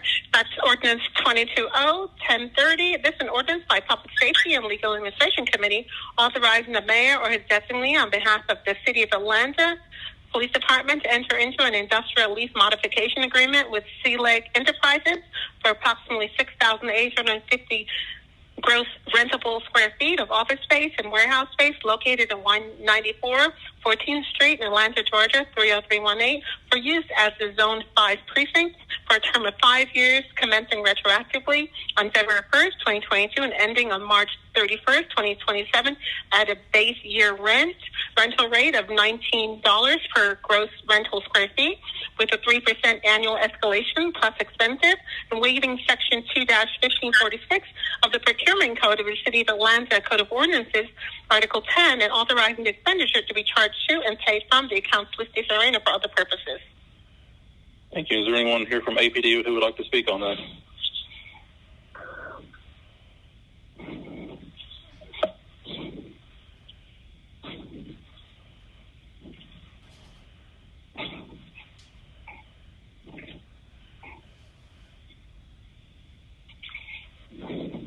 right. If not, this seems to be extending a lease on the Zone 5 precinct. I'll make a motion to approve if there are no questions or APD.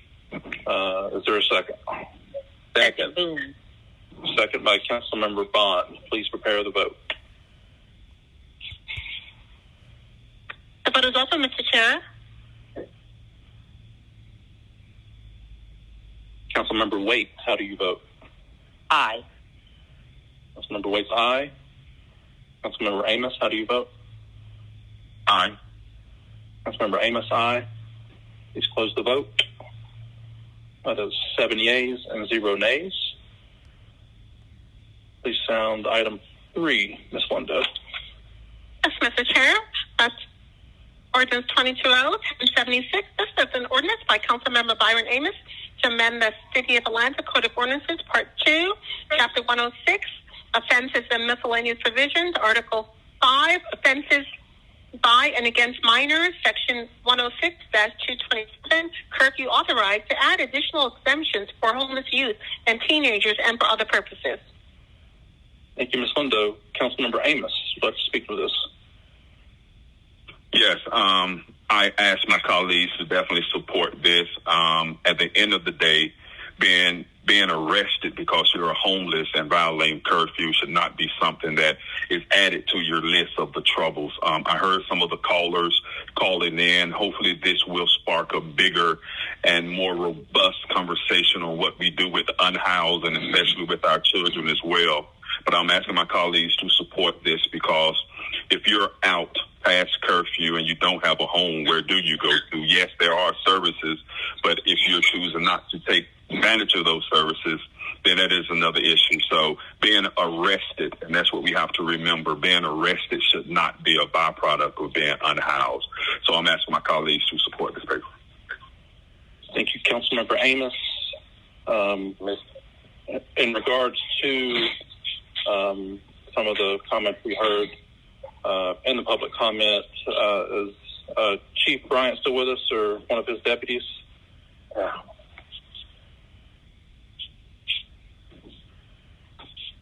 Ms. Lindo, do we still have an APD rep on the line? I'm checking, Mr. Chair. I just reached out to staff. Okay, while we're waiting, Councilmember Bond, I believe I heard your voice. You have a question, sir? Thank you, Mr. Chair. No, I wanted to add Councilmember Anderson to add my name to the legislation. Okay, we can make that amendment. Or are there any other members who would like their name added to this legislation?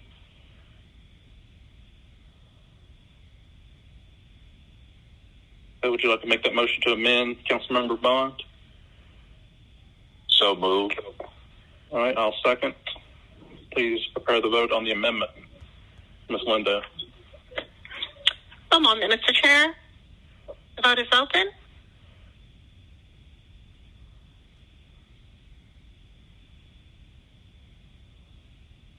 Councilmember Waite, how do you vote on the amendment? Abstain. Councilmember Waite abstains. Councilmember Amos, how do you vote on the amendment?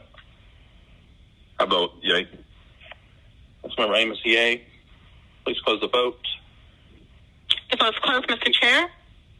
6 yeas, 0 nays, 1 abstention. We have an update on APD's presence on the call, Ms. Lindo. I understand that Chief Bryan is not on the line, Mr. Chair. Well, Chief and Bryan we have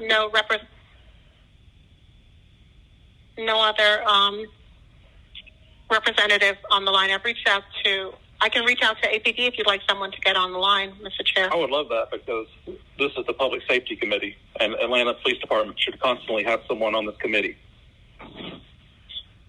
Councilmember Overstreet, you have a question?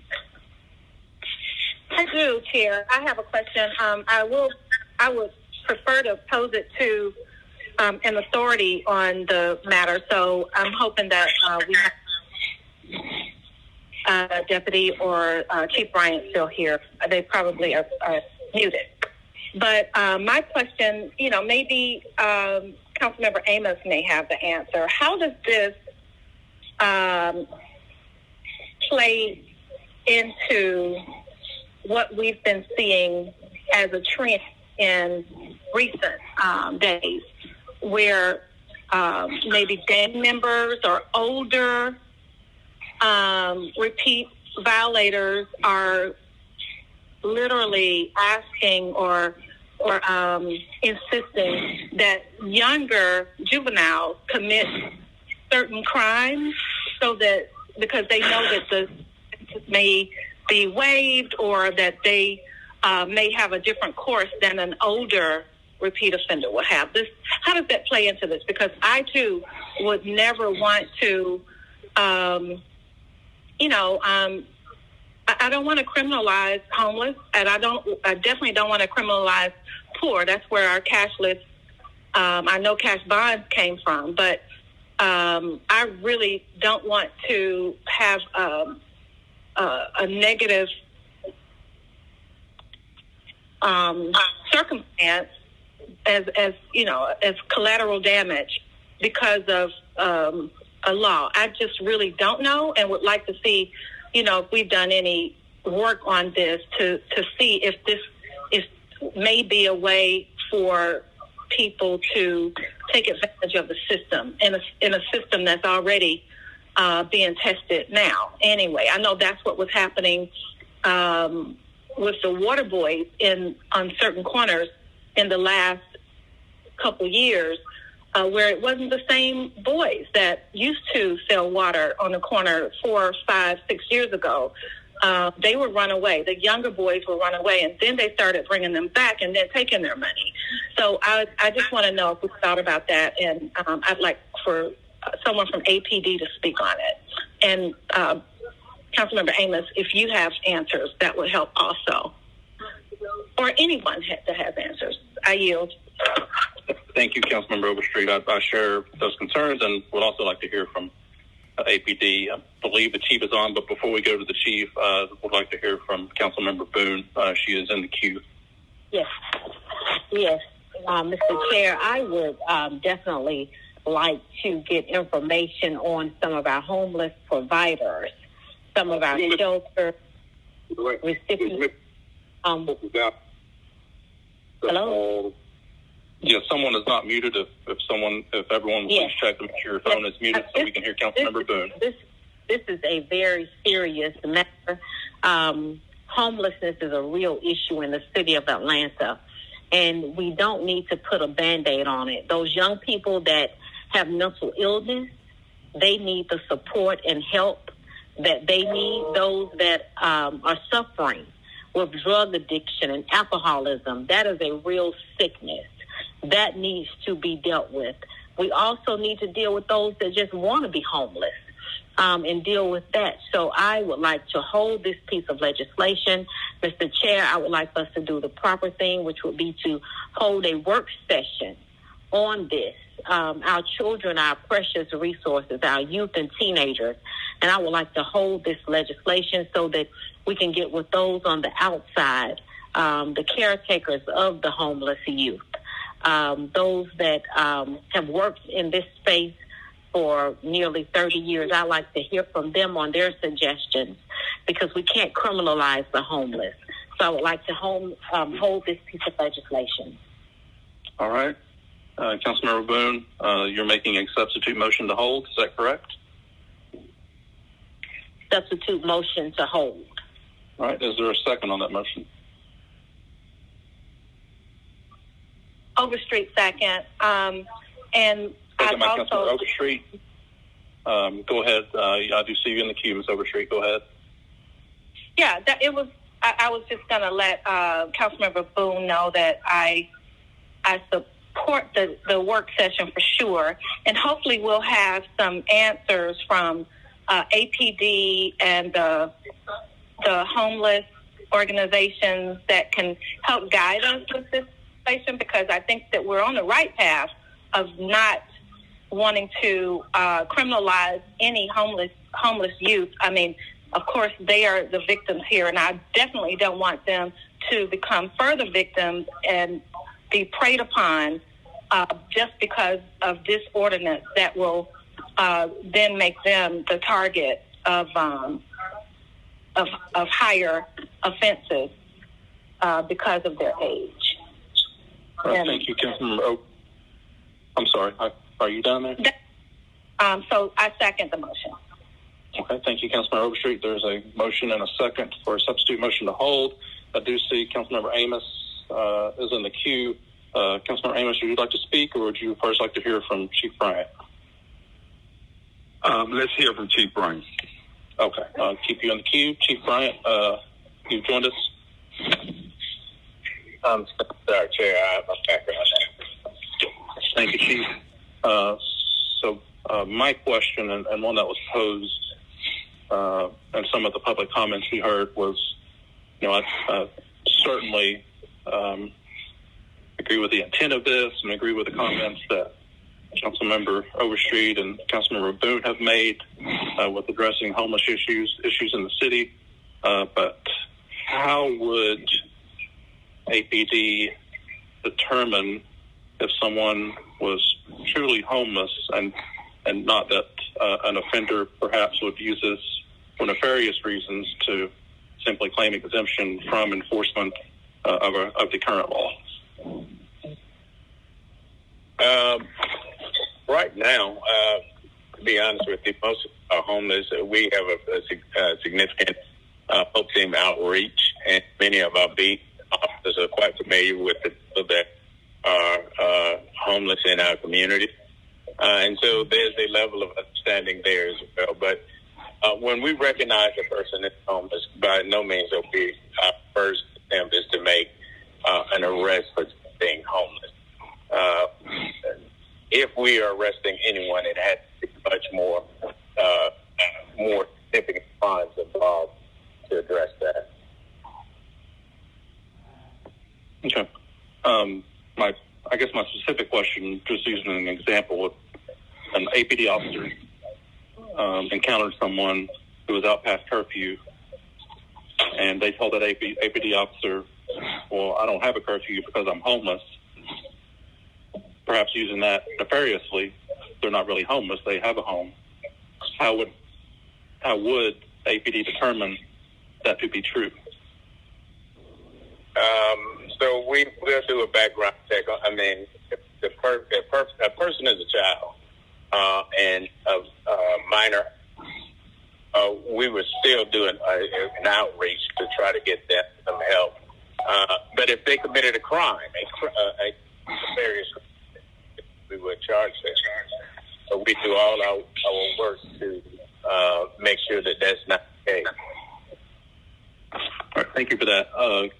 Moving on to Councilmember Amos. Councilmember Amos. Yes, sir. Just wanted to say thank you to my colleagues for actually supporting, but also wanting to dig deeper into this subject. I'm glad we did hear from Chief Bryant because, people can already cite certain exemptions as they stated, but it's up to the police to trust or to verify. So it really puts our officers in a precarious situation without having any real documentation of homelessness. But I think with this work session really gives us an opportunity to dig deeper into the overall issue on how do we begin to help the children of this city. So just want to say thank you to my colleagues, and I'll support the motion to hold with an intended work session as well. Chairman, may I ask a question? This is Councilmember Bakhtiari. Yes, Councilmember Bakhtiari. Glad you're still with us. Go ahead with your question. Yes, so Chief Bryant, thank you so much for that information. My question is, though, around determining whether someone is homeless or not, unsheltered or not, it felt like there was a lot of roundabouts with that question, so clearly the working group is needed to make that determination, because it seems that there isn't a clear way to determine whether or not someone is actually unsheltered and if they have shelter to go to. Because as we know, there's different types of people who are unsheltered. You have people that have a card that they maybe can sleep in, or something else that might be sheltered homeless or unsheltered homeless. There's differentiation. So there's clearly going to need to be, I think, additional training for all of us in understanding how complex this issue is. But in addition, I'm wondering to what degree APD is working with PAD to ensure that there are diversions taking place when necessary. I understand that PAD is not a 24/7 resource yet, but I do believe that there were a number of, I looked at the report, I think 738 arrests in September of 2021 alone that could have been diverted, and I believe that only 30 or so were. So what can we do to improve their numbers? Because it seems as if we might be failing in that diversity of approach when it comes to people who may be unsheltered or conducting misdemeanor offenses that are ending up incarcerated when in fact they could be diverted towards resources that could set them up for success. We can divert them out of the incarceral system. So right now, I've met with Pat, and we'll be doing a more robust training to all our police personnel to have a better understanding on what they can do as it relates to doing diversion to Pat. I think that will help tremendously once that educational piece is rolled out, as well as we have to, both Atlanta Police and Pat have to get on a level of understanding on what really can be diverted and what cannot be diverted. So we're not clear on that part, but I think once we go through this training and they advise that they will be putting on the training, we will roll it out for them, and that will help us out tremendously. Thank you. So I guess one of my questions was also, for this working group, could this also be folded in a conversation where council is also assisting or being a part of the conversation between PAD and APD, because it seems that in every aspect, that there are silos that take place and a lot of different levels of communications and everybody having different perspectives. And it'd be great if we could streamline our approach so that council, PAD, and APD are all on the same page, especially since it does tap into the homelessness issue that Councilmember Amos is trying to tackle. I agree that all of us working together could come up with a more refined way of doing it.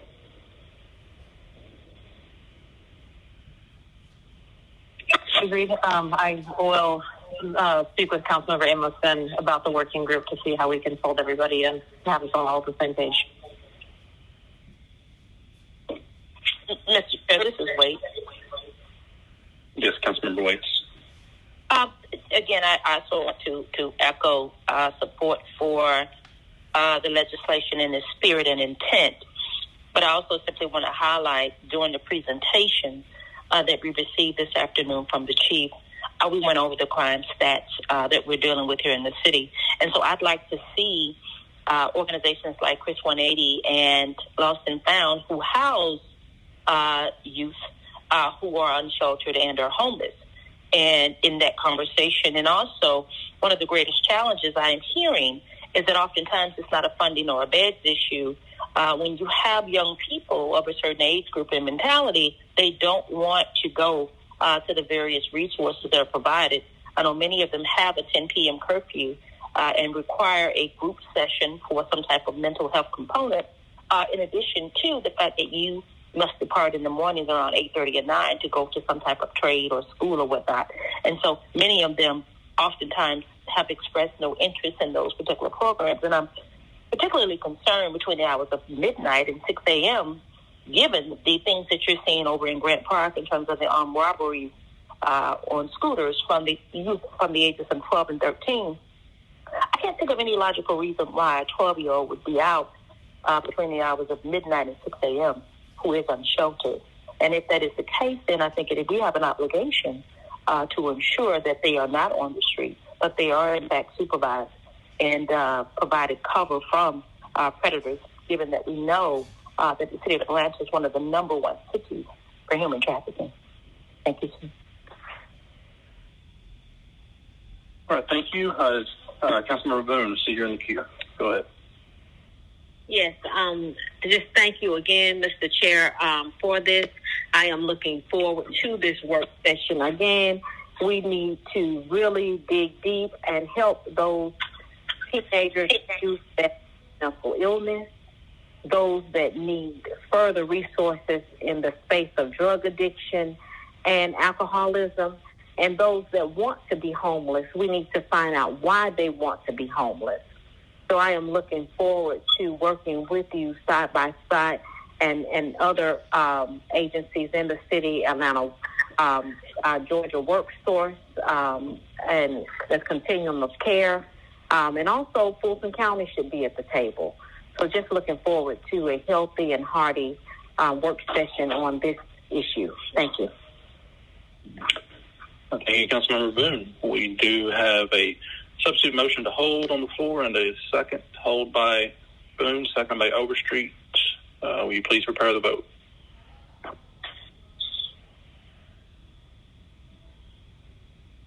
Wait. The vote is open, Mr. Chair. All right, Councilmember Waits, how do you vote? Aye. Councilmember Waits, aye. Councilmember Bond, how do you vote? Aye. Councilmember Bond, aye. Please close the vote. Vote is closed. That's 7 yeas, 0 nays. Before we move on in this agenda, I do have a few items that I want to go ahead and go back to. My understanding is Mr. Martin Clark is on the line, and to be respectful of his time, would like for him to go ahead and answer the question that was posed earlier about the procurement of the car wash services. Mr. Clark, CPO Clark, you on the line? Greetings, Chair. How are you? This is Martin Clark, CPO. Yes, we actually had the latest car wash solicitation close on the 20th. We did receive bids, and we are promptly and quickly reviewing that for evaluations. Not only that, Chair, we actually did have a short-term or temporary service that was available for APD to have cars detailed and washed. I can't answer the question in terms of operations and how it was used, but I do know that there was an open PO that was available for use. But again, we did finally complete the solicitation. At least the bidding phase closed out on the 20th, sir. So hopefully we should be. That temporary option you spoke to, that's something that's still available, or is that not available? It is. In fact, it is available, and I believe we're going to be expanding that service as well per the request of APD. So hopefully our officers will not have to have any problems getting their cars detailed and washed, sir. Okay. If I could just get some more details on that from you and the chief, I'd greatly appreciate it, because I'm still getting ping from officers that they're having to spend the personal money to get their cars detailed, so maybe there's a communication issue with getting that option out to people, or maybe it's the accessibility of it. I'm not sure. But thank you for that update. Any questions from colleagues to CPO Clark on this procurement issue with the car wash?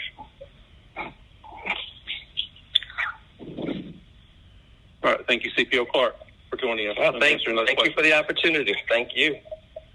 Take care. There is another item we need to go back to. Councilmember Norwood has requested that we can reconsider the adverse claims to remove number 35 and hold it. So I will make a motion to reconsider that adverse claims vote. Is there a second? Second by Norwood. All right, second by Councilmember Norwood. Please prepare the vote.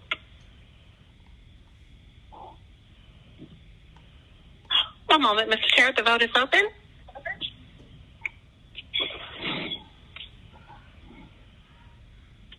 Councilmember Waite, how do you vote?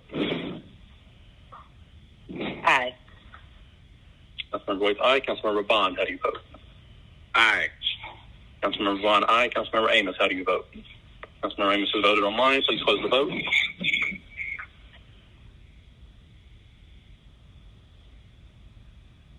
One moment, Mr. Chair. The vote is closed. All right, that is 7 yeas, 0 nays. We are back at the adverse claims. I will make a motion to adverse all claims with the exception of number 35. Is there a second? Second by Norwood. Thank you. Second by Councilmember Norwood. Please prepare the vote.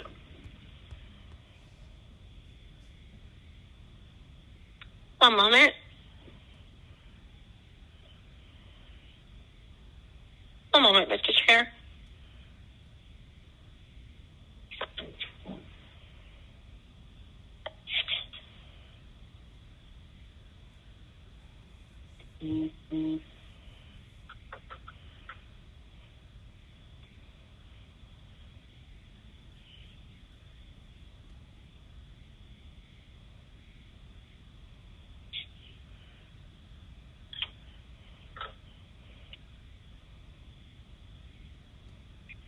vote is open, Mr. Chair. Thank you.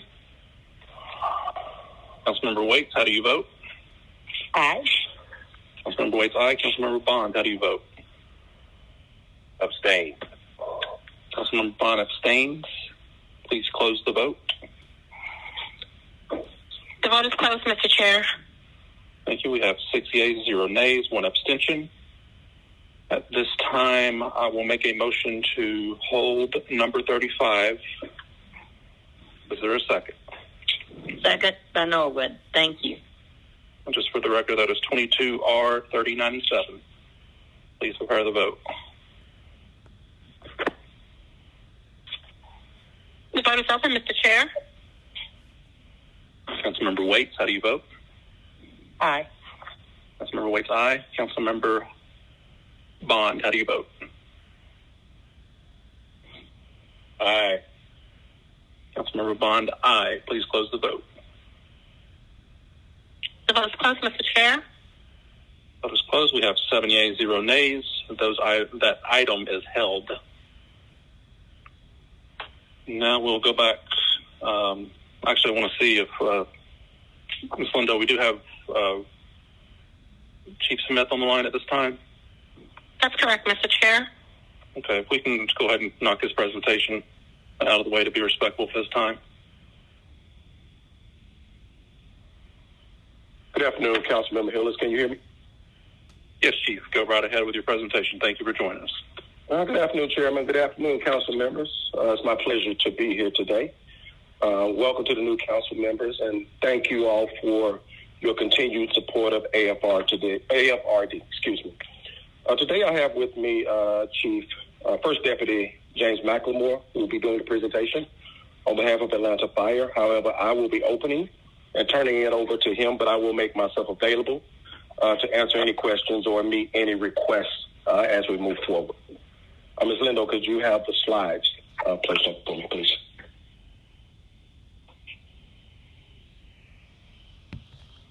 You may proceed, sir. Okay. Today, Atlanta Fire Rescue Department, we are presenting the fourth quarter review for Atlanta Fire Rescue. For those of you I have not met personally, I look forward to meeting you. My name is Roderick Smith, and I am the Fire Chief for Atlanta Fire Rescue. Next slide, please. The Atlanta Fire Rescue Department mission and vision is to provide prompt quality service to our stakeholders and to promote safety, well-being, and enhance sustainability and enrich the quality of life through professional development and dedication to service. Next slide, please. As we review our goals and objectives, the AFRD will continue to work with the administration to ensure that our equipment is fully staffed. We establish pay equity throughout the ranks for sworn as well as civilians. We will continue to complete enhancements and repairs, as well as replacements for our facilities and our fleet. In addition, we will continue to try to provide the safest working environment we can for our members, as well as develop and continue implementing a comprehensive hiring and recruitment plan to meet the needs. And while we have not received the goals and objectives yet for the incoming Mayor Dickens, we're anxiously anticipating receiving those very soon, and we will implement those as quickly as possible. Now I'll turn it over to First Deputy Chief McLemore, and he will present the information for fourth quarter for Atlanta Fire Rescue. Thank you. All right. Thanks, Chief Smith. Can you hear me? Yes, Chief. McLemore, go ahead. All right. Hey, good afternoon, council members. Again, my name is James McLemore, and I serve as the First Deputy of the Atlanta Fire Rescue Department. I'll jump right in. Our 3 organizational priorities are as follows. First, service excellence. 2, staffing strategies. And 3, our fleet, facility enhancements, and construction. Next slide. Okay. As we look at our calls for service, as you can see from our third quarter, we actually have a 43% increase. We went from 1,431 calls to over 2,000 calls during the third quarter at the airport. Next, in our downtown, we have gone from, in the third quarter, we have gone from 24,000 calls to 18,384 calls. So during this period, for downtown, we can see that our EMS reduction and decreasing calls has worked. Also from the airport, there was a slight uptick at the airport, and that's due to things opening up and more travel from the third quarter. So as things opened up and more travel, the calls increased at the airport. Next, also, seasons change and our call volume continues to increase in our winter months. Next page. So next is our total calls for services in our fourth quarter comparison. As you can see, our calendar year 2020 quarter four, we were at 21,000 calls. In calendar year 2021, quarter four, we are actually down. And again, that attributes to our false alarm programs and our EMS call reduction that we're working on. And over in aviation, we went from 1,200 calls in calendar year 2020 in quarter four to over 2,000 calls in calendar year 21 quarter four. And again, increase due to travel and the holiday period showed an increase in volume at aviation. Next slide, we will go into our staffing strategies. So calendar year 2021, our fourth quarter staffing strategies. Right now, our attrition rate is 22% for the entire department. We are in a perpetual space of hiring, and we continue to recruit. We've opened up our efforts to recruit prior experience, EMS certified members, and also those with previous airport experience. Currently, we're losing about 10 members a month, and that is due to our attrition based on retirement and those just kind of simply leaving the job. Next slide.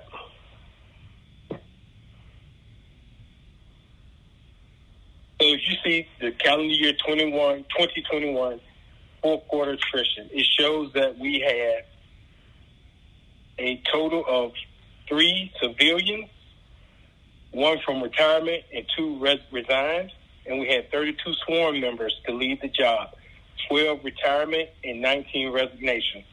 So as you can see, our numbers in retirement tend to go up in the last quarter due to most members retired at the end of the year. All right, next slide. We will move to our third priority, which is facilities and fleet. So recently, we were awarded the letter. The award letter went to our vendor on January 13th. Contract was awarded, and we're in the process of establishing pre-construction meeting for our 1,500-gallon pumper and also our tractor-drawn aerial. We also have 5 pickups that have been ordered that are due, and an additional apparatuses have been approved through council for fiscal year 2022, which is 3 engines and 3 trucks, and also for fiscal year 23, additional 3 engines and 2 trucks. We're aggressively moving toward the purchase. We work with fleet to purchase the vehicles, and we're also awaiting the pickup trucks, and that will be used for our EMS responses. And when it comes to maintenance, we continue to work with fleet and third party for maintenance and repairs of our reserve fleet, and continue to work with fleet to provide maintenance and keep trucks in service. Next page.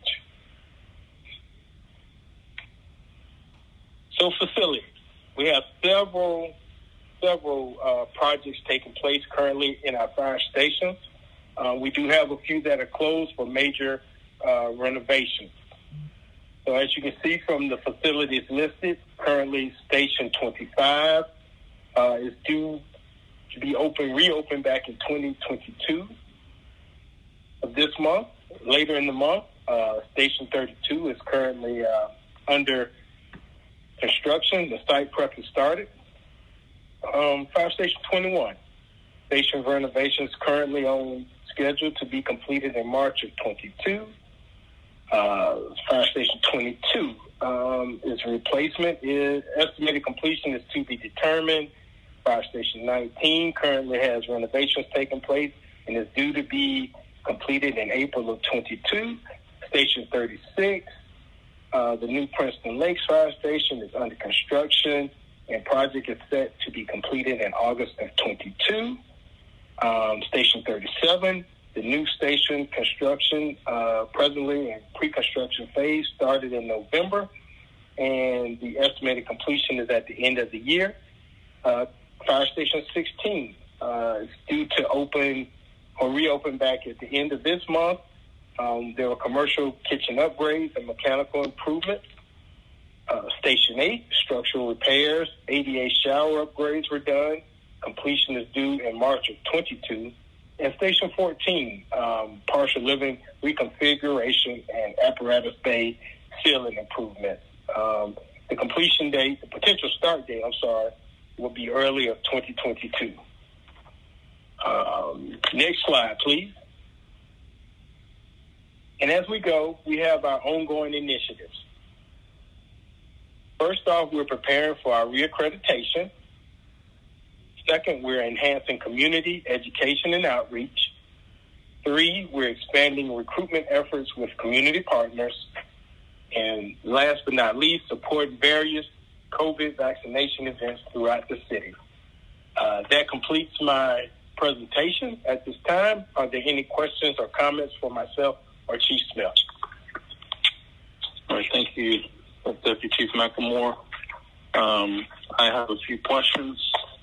I would like to hear more about how AFRD is going to, their plans to address EMS in the city. As was presented, over 2/3 of total AFRD calls are EMS calls. And then when transport is involved, we have to rely on other agencies. And I continue to get numerous reports of people waiting over an hour for those other agencies to show up. So I want to hear what AFRD's plans are to address that issue. Okay.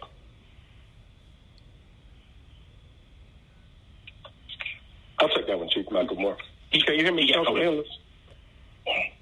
Yes, I believe Chief Smith said he was going to take the question. Yes, sir. Can you hear me? Yes. So what we are desperately doing right now is trying to get our staffing up so that we can manage the shortfall as it relates to EMS calls. A couple of things that are going on. The 5 pickup trucks that Chief McLemore mentioned, we intend on putting the quick units back in place, the rapid response units back in place. As you already know, the EMS station 37 is a dedicated EMS station in which we intend to put rapid response as well as transport units. That station is scheduled to be completed before the end of the year. We have aggressively stepped into place. Our EMS Chief Royce Turner now is tracking the numbers as it relates to on-scene time, as it relates to our units, and we're dealing directly with Grady to reduce those numbers, and we will be getting a monthly report from EMS as it relates to manage that. And I have been nominated to be a part of the Region 3 EMS committee so that we can start asking the questions directly about the latency of service and the management thereof. Thank you, Chief. But just to be clear, the 5 pickup trucks that are going to be quick units, they do not do transport, correct? No. Yes, sir. They do not transport. Okay.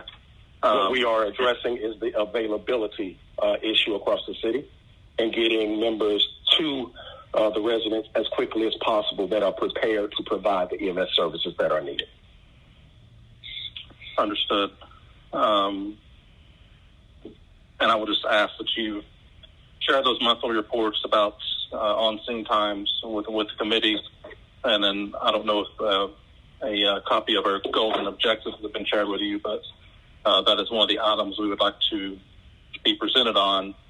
And I would specifically like to look at those on-scene times of AFRD versus the other agencies that we have to wait for transport. And we'll just make a request that you include that in your next quarterly update. Yes, sir. I'd be happy to share that with you. On the notice the 32 sworn separations just in the fourth quarter. Can you feel the reason is for that? And, officially do you or maybe HR do exit surveys or exit interviews to gather more information about those separations? Yes, sir.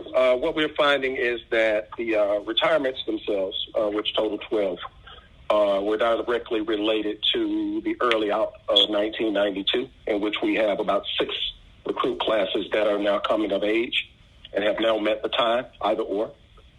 The 19, I believe, that resigned are the result of just the space we're in. Finding the overwhelming majority of them are between 1 and 5 years, and this pandemic space, they just simply decided they don't want to do this anymore, with a very small number of them going to other jurisdictions, relocating out of the state. Okay. But on the question about do you all or HR collect official separation surveys or interviews? So there are some exit interviews that are done. We will just have to collect that information if you would like to see it. Okay. Next question in regards to equipment, which of course we have spoken about many times, both me and you and in this committee. On the official purchases, I'm still on the presentation. I'm still only seeing the one pumper, the one TDA, and the contract awards. And as you and my colleagues that were with us last year know, I drafted legislation to officially allocate money from our reserves to purchase 5 TDAs and 5 engines. Previous legislation or the previous administration, I would say, intervened in that and offered legislation. That was a resolution that basically just put some words in black and white and didn't actually allocate any money. And that's what we ended up adopting. So where are we? I know it was went over that there's going to be 3 and 3 TDAs and engines purchasing, and then over the next 2 years, and then the 3 and 3 more. So where are we with officially getting those into the procurement process? So where we are in the process for the purchase, and let me clarify what was on the slide. The slide identified 1 pumper and 1 TDA, and down below it said additional fire equipment. The 1-in-1 was the original ask that we had that was based on the funding that was allotted to fire. That number was approved and increased by the previous administration, and the current administration is in line with the previous request, and so they are okay with it. So from a fiscal perspective, we are clear. AFRD just finished the IFB, or the intent for bid process, through procurement, and they have worked with us as well as fiscal. Mr. Ball is working with us, and so we just recently, as First Deputy McLemore said, awarded the letter to the vendor. And so we are now working through the process to identify if they have on hand what we need, or if we will have to do any type of construction. And the financial mechanisms are in place to make those purchases as quickly as possible. When you state those purchases, what equipment is in those purchases? So to include the original purchase of the 1-in-1 and the 3 and 3 that was approved for fiscal year 22, that would be a total of 4 and 4. And for fiscal year 23, we have been approved thus far to get 3 and 2. Gotcha. Okay. we can talk more about that offline, and because I'd like some further details. On another issue that we have also talked about, on the facility updates, which you and I and this body knows are sorely needed. All of the other facilities, progress is being made, or there's a pending start dates. Station 22, which is in District 9, built in the current Station 22 is built in 1938, before that area was even part of the city. Has been sitting with no progress over the last many months, I'll say. And I know that there are apparently some issues with Deem as a contractor. But the fact of the matter is, this project has started. It has a foundation poured. There is a contract in place for the vendor to complete this station, yet they have not done any work that I can tell, at least, in the past few months. So do you have any other? I know this is not 100% your responsibility. It's under Deem while it's being built. But what is the update? There needs to be an update, because we're not just going to sit here and watch a foundation set around for months. Exactly, and I agree with you on everything you're saying. I do not have, unfortunately, a current update as it relates to where Deem and the city are with the particular vendor. I would have to defer to them for that, but I would be happy to get more information from them and to provide that to this committee. Okay, and Ms. Lindo, if you would also, whether it's separately or getting with Chief Slaughter, Chief Smith, please prepare a memo to go to Deem and ask them for a thorough update on where we are with getting this Fire Station 22 built and completed for our firefighters and our neighborhoods. Yes, sir. Got it, Ms. Lindo? Yeah. Okay. This time I will go to my colleagues. Questions. Councilmember Boone is first in the queue. Councilmember Boone. Thank you, Mr. Chair. Chief Smith, just wanting to thank your team for servicing those seniors on Old Fair, Fairlane Drive and the Mercury Drive area. They have fresh smoke detectors and were provided masks over the past 10 days, and they are very grateful for that. And we will have other areas that need to be serviced, but it is very important that our seniors and caretakers service those smoke detectors.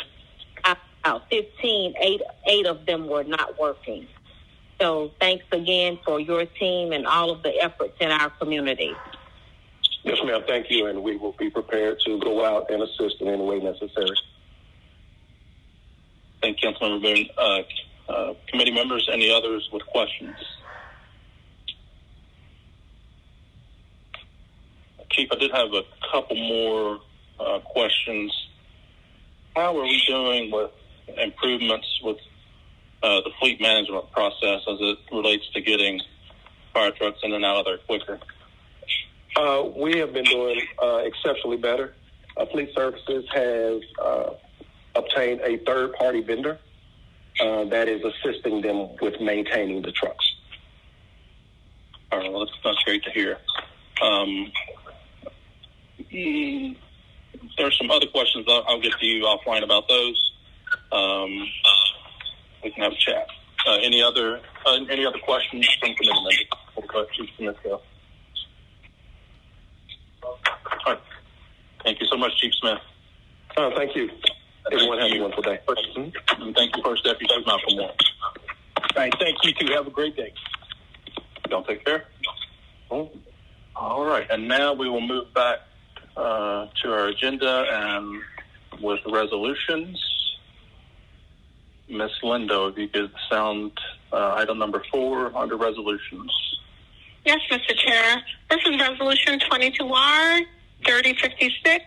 This is a resolution by Councilmember Keisha Sean Waits to amend 21R 3441 adopted by the Atlanta City Council on May 17, 2021, and approved per City Charter Section 2-403 on May 26, 2021, establishing the Public Safety Commission to provide an organized and collaborative structure for discussion and the recommendation of best practices regarding emergency and non-emergency public safety policies in order to expand the purpose of the Commission to include the development and implementation of a public safety plan to deter crime and lawlessness and enhance safety throughout the city of Atlanta and for other purposes. All right. Thank you, Ms. Lindo.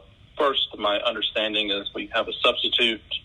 We also, as mentioned previously, have Councilmember Juan on the line to speak to this, but I'll first defer to the author, Councilmember Waits, to speak on that. Absolutely. Thank you, Mr. Chair. I want to just take a moment to thank everyone for their efforts in moving this particular paper forward. I think the goal was to ensure equity as well as some level of grassroots engagement. And finally, I'd like to give another special thank you to Councilmember Jill Shepard for her original vision in creating the original version which passed of May of 2021. Given the late hour, I quickly want to just thank President Shipman and Councilmember Juan, in addition to Councilmembers Norwood and the Public Safety for your feedback and your interest in trying to move this forward. And again, Southern Poverty Law Center weighed in. They provided significant data, which I think there are going to be some amendments to include that language. I do know on the call this afternoon in the comments, there is a notion somehow that crime is not on the rise. I just simply want to echo and speak the name of Katie Janice, the young woman who was murdered in Piedmont Park. And so we still have this significant level of violent crime that is taking place.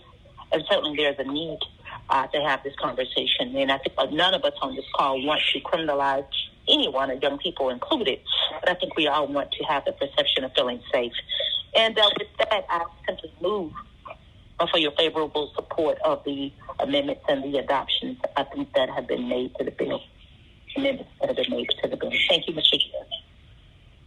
Thank you, Councilmember Waite. Councilmember Juan, are you on the line, or would you like to speak? Yes, Mr. Chairman, if I may.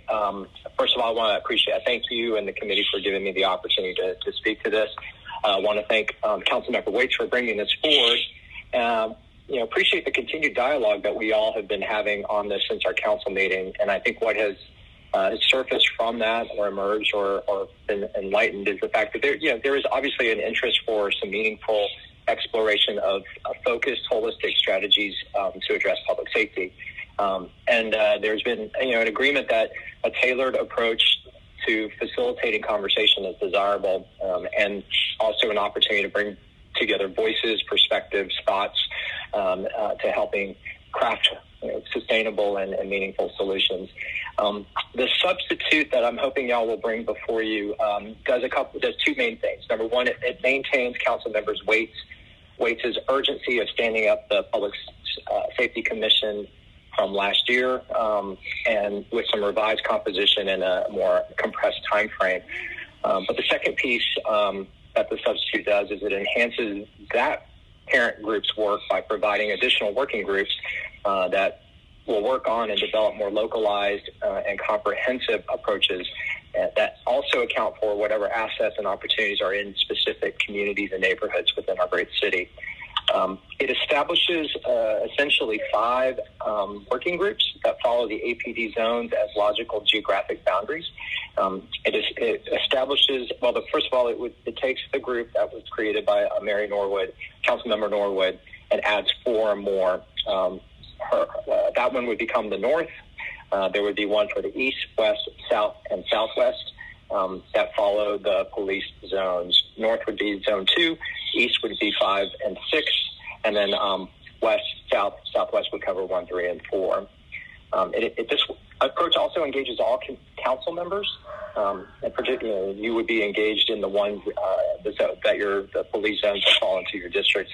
Also sets a very short time frame, 180 days, no council confirmation. The idea is to get these stood up as quickly as possible so that the dialogue and conversations can begin. And then finally, it allows a lot of flexibility in composition for each one of the working groups. I think that's appropriate because there are different dynamics and stakeholders in each one. There may not be one-to-one comparisons in terms of, Ms. Norwood's engaged the Buckhead Coalition. There might not necessarily be a similar entity within the other working group geographies. What is also before you is simply, this will need to be refined. This is not in its final form. What you have now before you are templates for what the North is using, so Zone 2, and then a proposed template for 5 and 6, the East, that council members Faroki and Bakhtiari and I have been working on.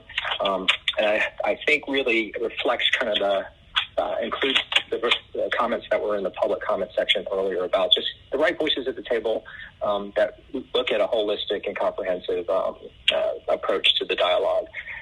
We'll have an opportunity if this body will bring forward the substitute and either move it forward without any recommendation or move it forward with recommendation on condition of the final substitute on February 7th. That would be my ask, so that the other council members and the other geographic working groups can thoughtfully compile what the membership would look like in the voices and groups that are appropriate for those areas. At a minimum, I'm hoping this will connect communities around a very important topic in our city, and then open lines of communication so that we're all pulling in the same direction and valuing everybody's input and thought.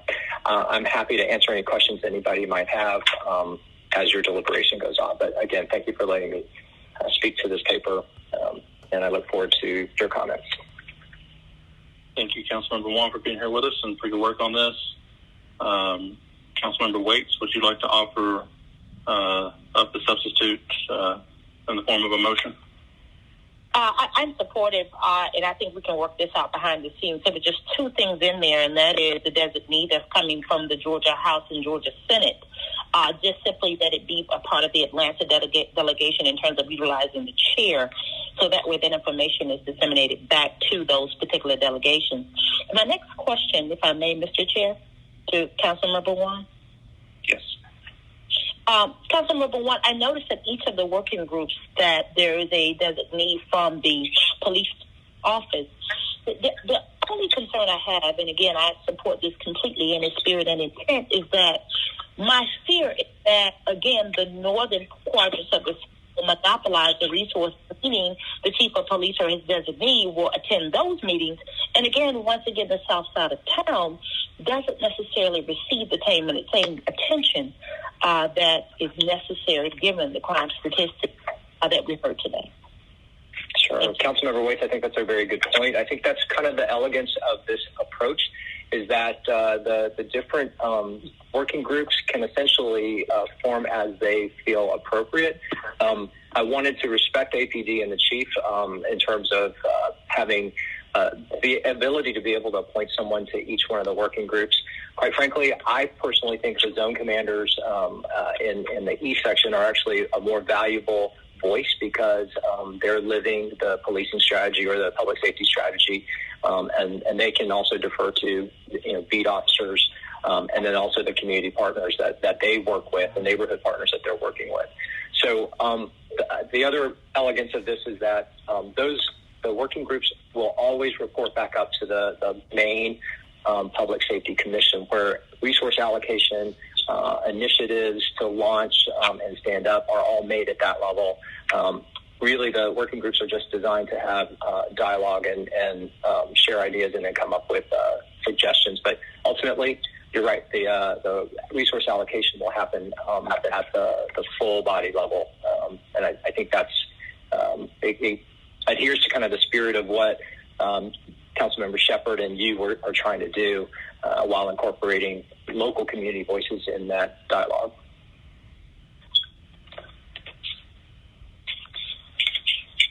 Mr. Chairman, and I would just like to chime in that when we did the Buckhead security plan 18 months ago, we had the zone commander.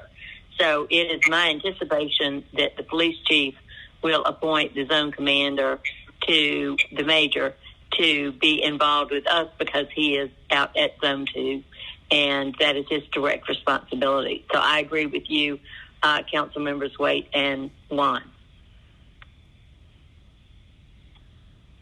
Mr. Chair, I'd like to make a motion to adopt. Are you making a motion to accept the substitute? That is correct, sir, with those recommendations. Okay. We have a motion to bring forth a substitute by Councilmember Waits. Is there a second? Second. Second by Bond. Please prepare the vote. The vote is open, Mr. Chair. Councilmember Boone, how do you vote? Yes, Mr. Chair. Councilmember Boone, yes. Councilmember Amos, how do you vote?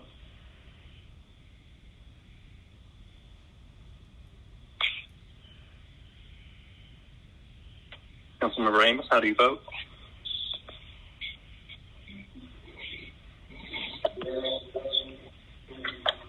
I abstain. Councilmember Amos abstains. Please close the vote. The vote is closed, Mr. Chair. 6 yeas, 0 nays, 1 abstention. The substitute is before us. Ms. Lindo, is the caption different on the substitute? No. And Mr. Chair, one question. Councilmember Waite in her motion said she accepted the substitute that was provided to the committee with changes. Can we capture those changes so we can be accurately reflected in the substitute that's submitted to the body? We're accepting. Go ahead, Mr. Chair. Yeah, sure. Councilmember Juan, would you like to speak to those changes? I believe she said that she wanted to bring forward the substitute with the recommended, the changes that were incorporated in the substitute. I don't believe that there were additional changes on top of that. There was one change in that we utilized the City of Atlanta delegation chair in the Senate and House. Okay, we'll include that in the substitute. Or their designated. Thank you for that clarification. Is that for may I ask a clarification? Is that for the parent working group or for each one of the regional working groups?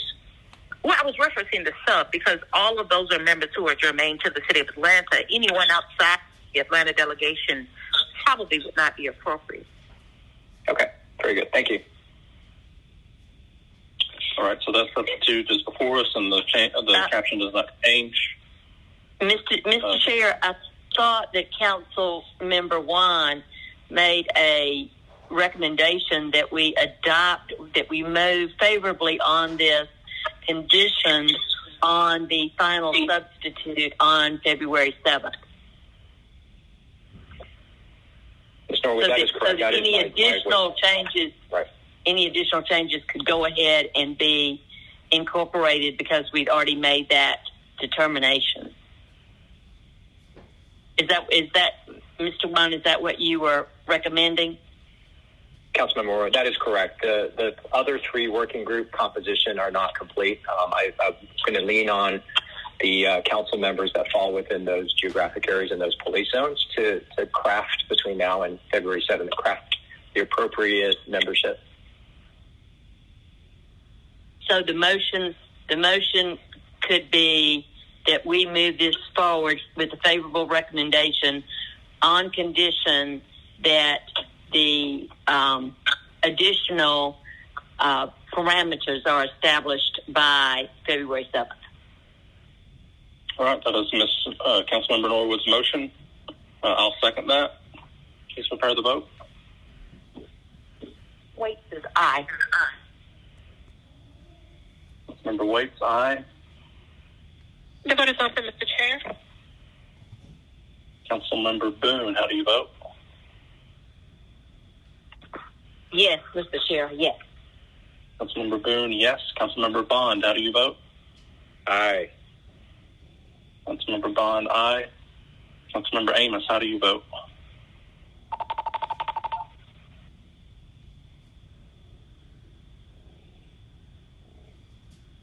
Councilmember Amos, how do you vote?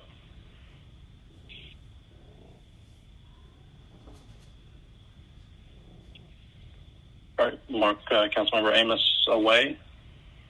Please close the vote. The vote's closed, Mr. Chair. 6 yeas, 0 nays. Item is favorable on condition. Next item. Yeah, that would just be a substituted on condition for clarification of the record, Mr. Chair. Excuse me? That would be a substituted and on condition, just for the record. Yes. Yes, the public. Yes.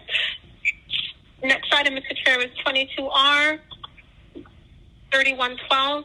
This is a resolution by Public Safety and Legal Administration Committee authorizing the mayor or his designee to execute an agreement for contract number listed herein for non-consensual record services for vehicles with a gross vehicle weight of 10,000 or less with the following vendors: S&W Services of Atlanta, Fudo's Record Services doing business as Fudo Incorporated, South Metro Towing Incorporated, B&L Record Services Incorporated, and Tow Atlanta Incorporated on behalf of the Department of Police for a term of 5 years with 3 one-year renewal options at the sole discretion of the city, with all revenues received as a result of the agreement to be deposited into accounts listed herein and for other purposes.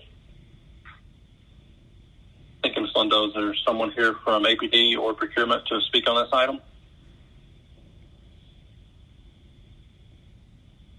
Someone from procurement was identified to be on the call, Madam Mr. Chair. I will check with staff to determine if they're still there. Additionally, does this item have or require an IPRO report?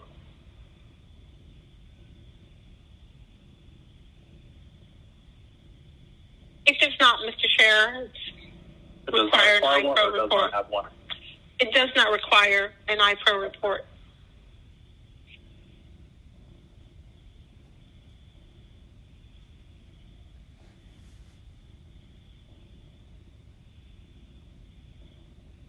You verified if anyone from procurement is on to speak to this? I am, Mr. Chair.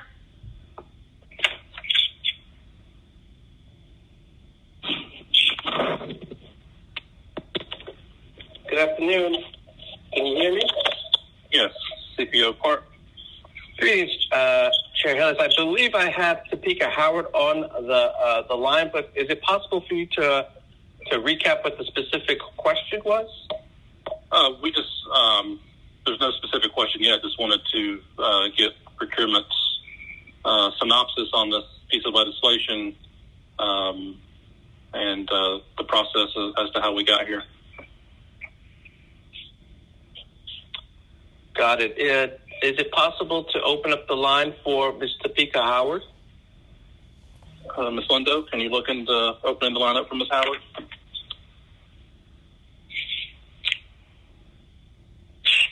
Mr. Howard is not on the call, Mr. Chair.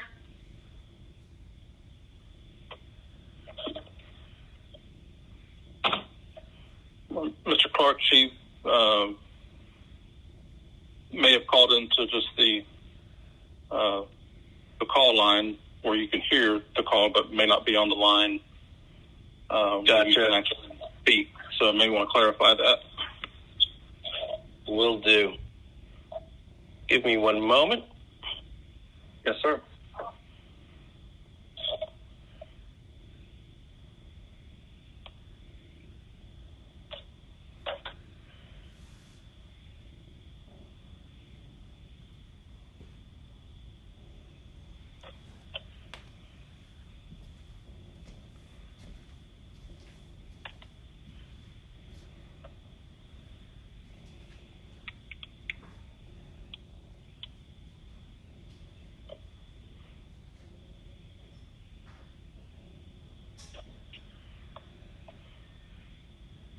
Trying to get the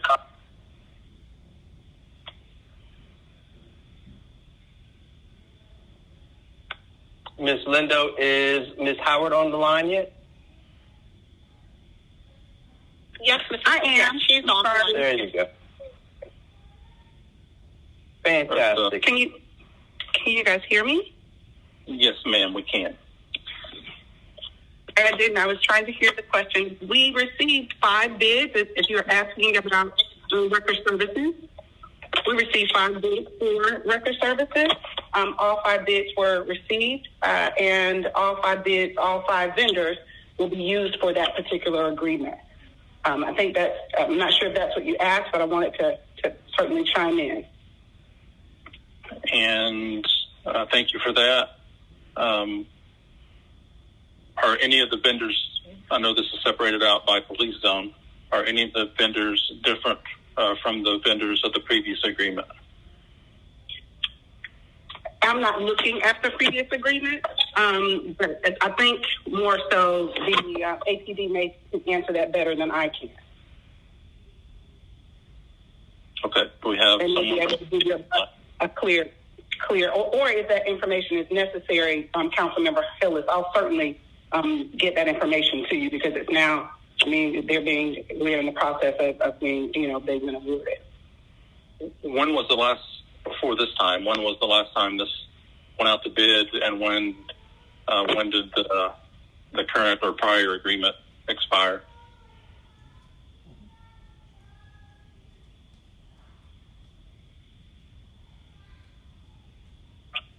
So it was before 2017, which is, before I came on back to the city of Atlanta. So the last time it was 2017. That was the last time it was offered to bid, or when it expired? The previous one expired. The previous one expired. I'm pulling that information. I'll have to get that information to you. But the last time it went out to bid was 2017. Okay. I understand Deputy Chief Murphy's on the line. If she has any additional information to provide on these questions. Chief Murphy, are you with us? Can you hear me now? I was trying to unmute. Okay, thank you. So I heard that you wanted to know about if they were the same companies, but I did not hear them all. If that was the question you wanted us to answer. Yes, so let me just look here.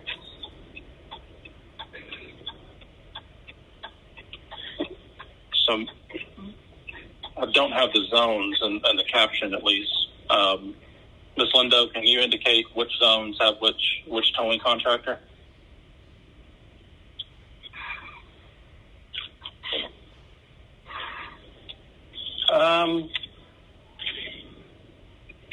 Ms. Lindo, are you on the line?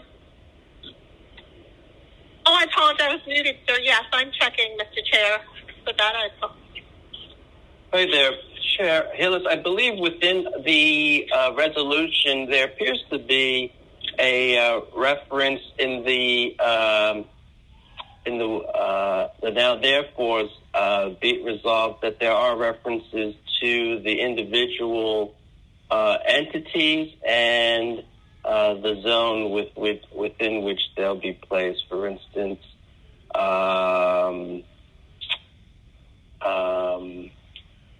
one will be within Zone 3. If you'd like me to... Yeah, I'm sorry, Ms. Lindo. I have that information. I'm just still having problems with the computer, but I found it.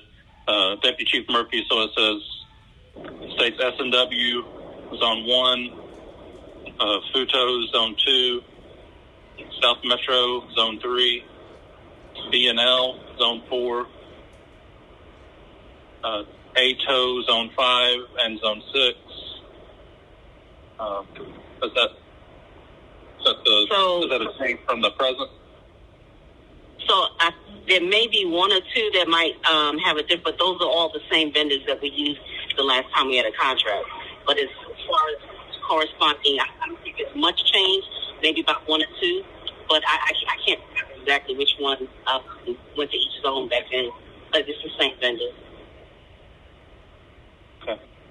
Thank you for that. I think that's all the information or questions I have this time, at least that I believe I'm going to get on this call, but I still have some questions I want to get through. So I'm going to be abstaining from this to gather more information between now and the council meeting. So So if someone would like to make a motion, please do so at this time.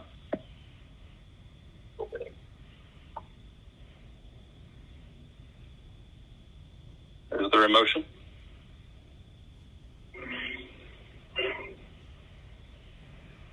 Move approval.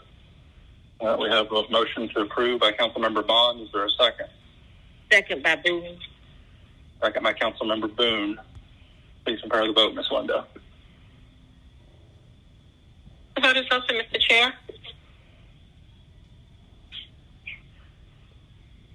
Waits is aye. Councilmember Waits, aye. Councilmember Norwood.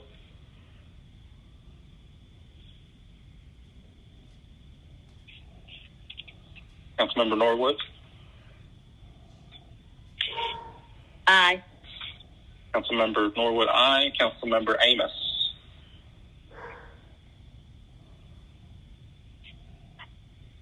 Councilmember Amos. We can mark him as away. Ms. Lindo, please close the vote. The vote is closed, Mr. Chair. Thank you. That is 5 yeas, 0 nays, and 1 abstention. Item is favorable. The next 2 items are settlement resolutions, and if we can take those as a block, please, Ms. Lindo. Yes, Mr. Chair. Item number 6 is 22R 3113. This is a resolution by Public Safety and Legal Administration Committee authorizing the settlement of all claims against defendant in the case of Monica Sheets versus Joel Baker, the City of Atlanta Fire and Rescue Department, then Joe Doe's 1 and 2, civil action file number listed herein, pending in the State Court of Fulton County in the amount of $35,000, and authorizing the settlement amount to be charged to and paid from accounts listed herein, and authorizing the Chief Financial Officer to distribute the settlement amount and for other purposes. Item number 7 is 22R 3114. This is a resolution by Public Safety and Legal Administration Committee authorizing the settlement of all claims against defendant in the case of Lashia Stevenson versus City of Atlanta, civil action file number listed herein, pending in the State Court of DeKalb County of Georgia in the amount of $130,000. Authorizing the settlement amount to be charged to and paid from accounts listed herein. Authorizing the Chief Financial Officer to distribute the settlement amount and for other purposes. Thank you, Ms. Lindo. I'll make a motion to approve. Is there a second? Second. Second by Councilmember Bond. Please prepare the vote. The vote is open, Mr. Chair. Councilmember Waits, how do you vote?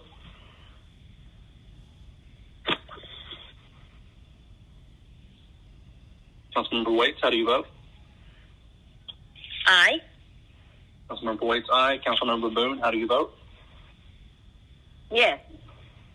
Councilmember Boone, yes. Councilmember Amos, how do you vote? Well, if he's still away, please mark him as such and close the vote. The vote is closed, Mr. Chair. Is 6 yeas, 0 nays. Item is favorable. I believe that ends our agenda. Is that correct, Ms. Lindo? That's correct, Mr. Chair. All right. Any general comments from the body?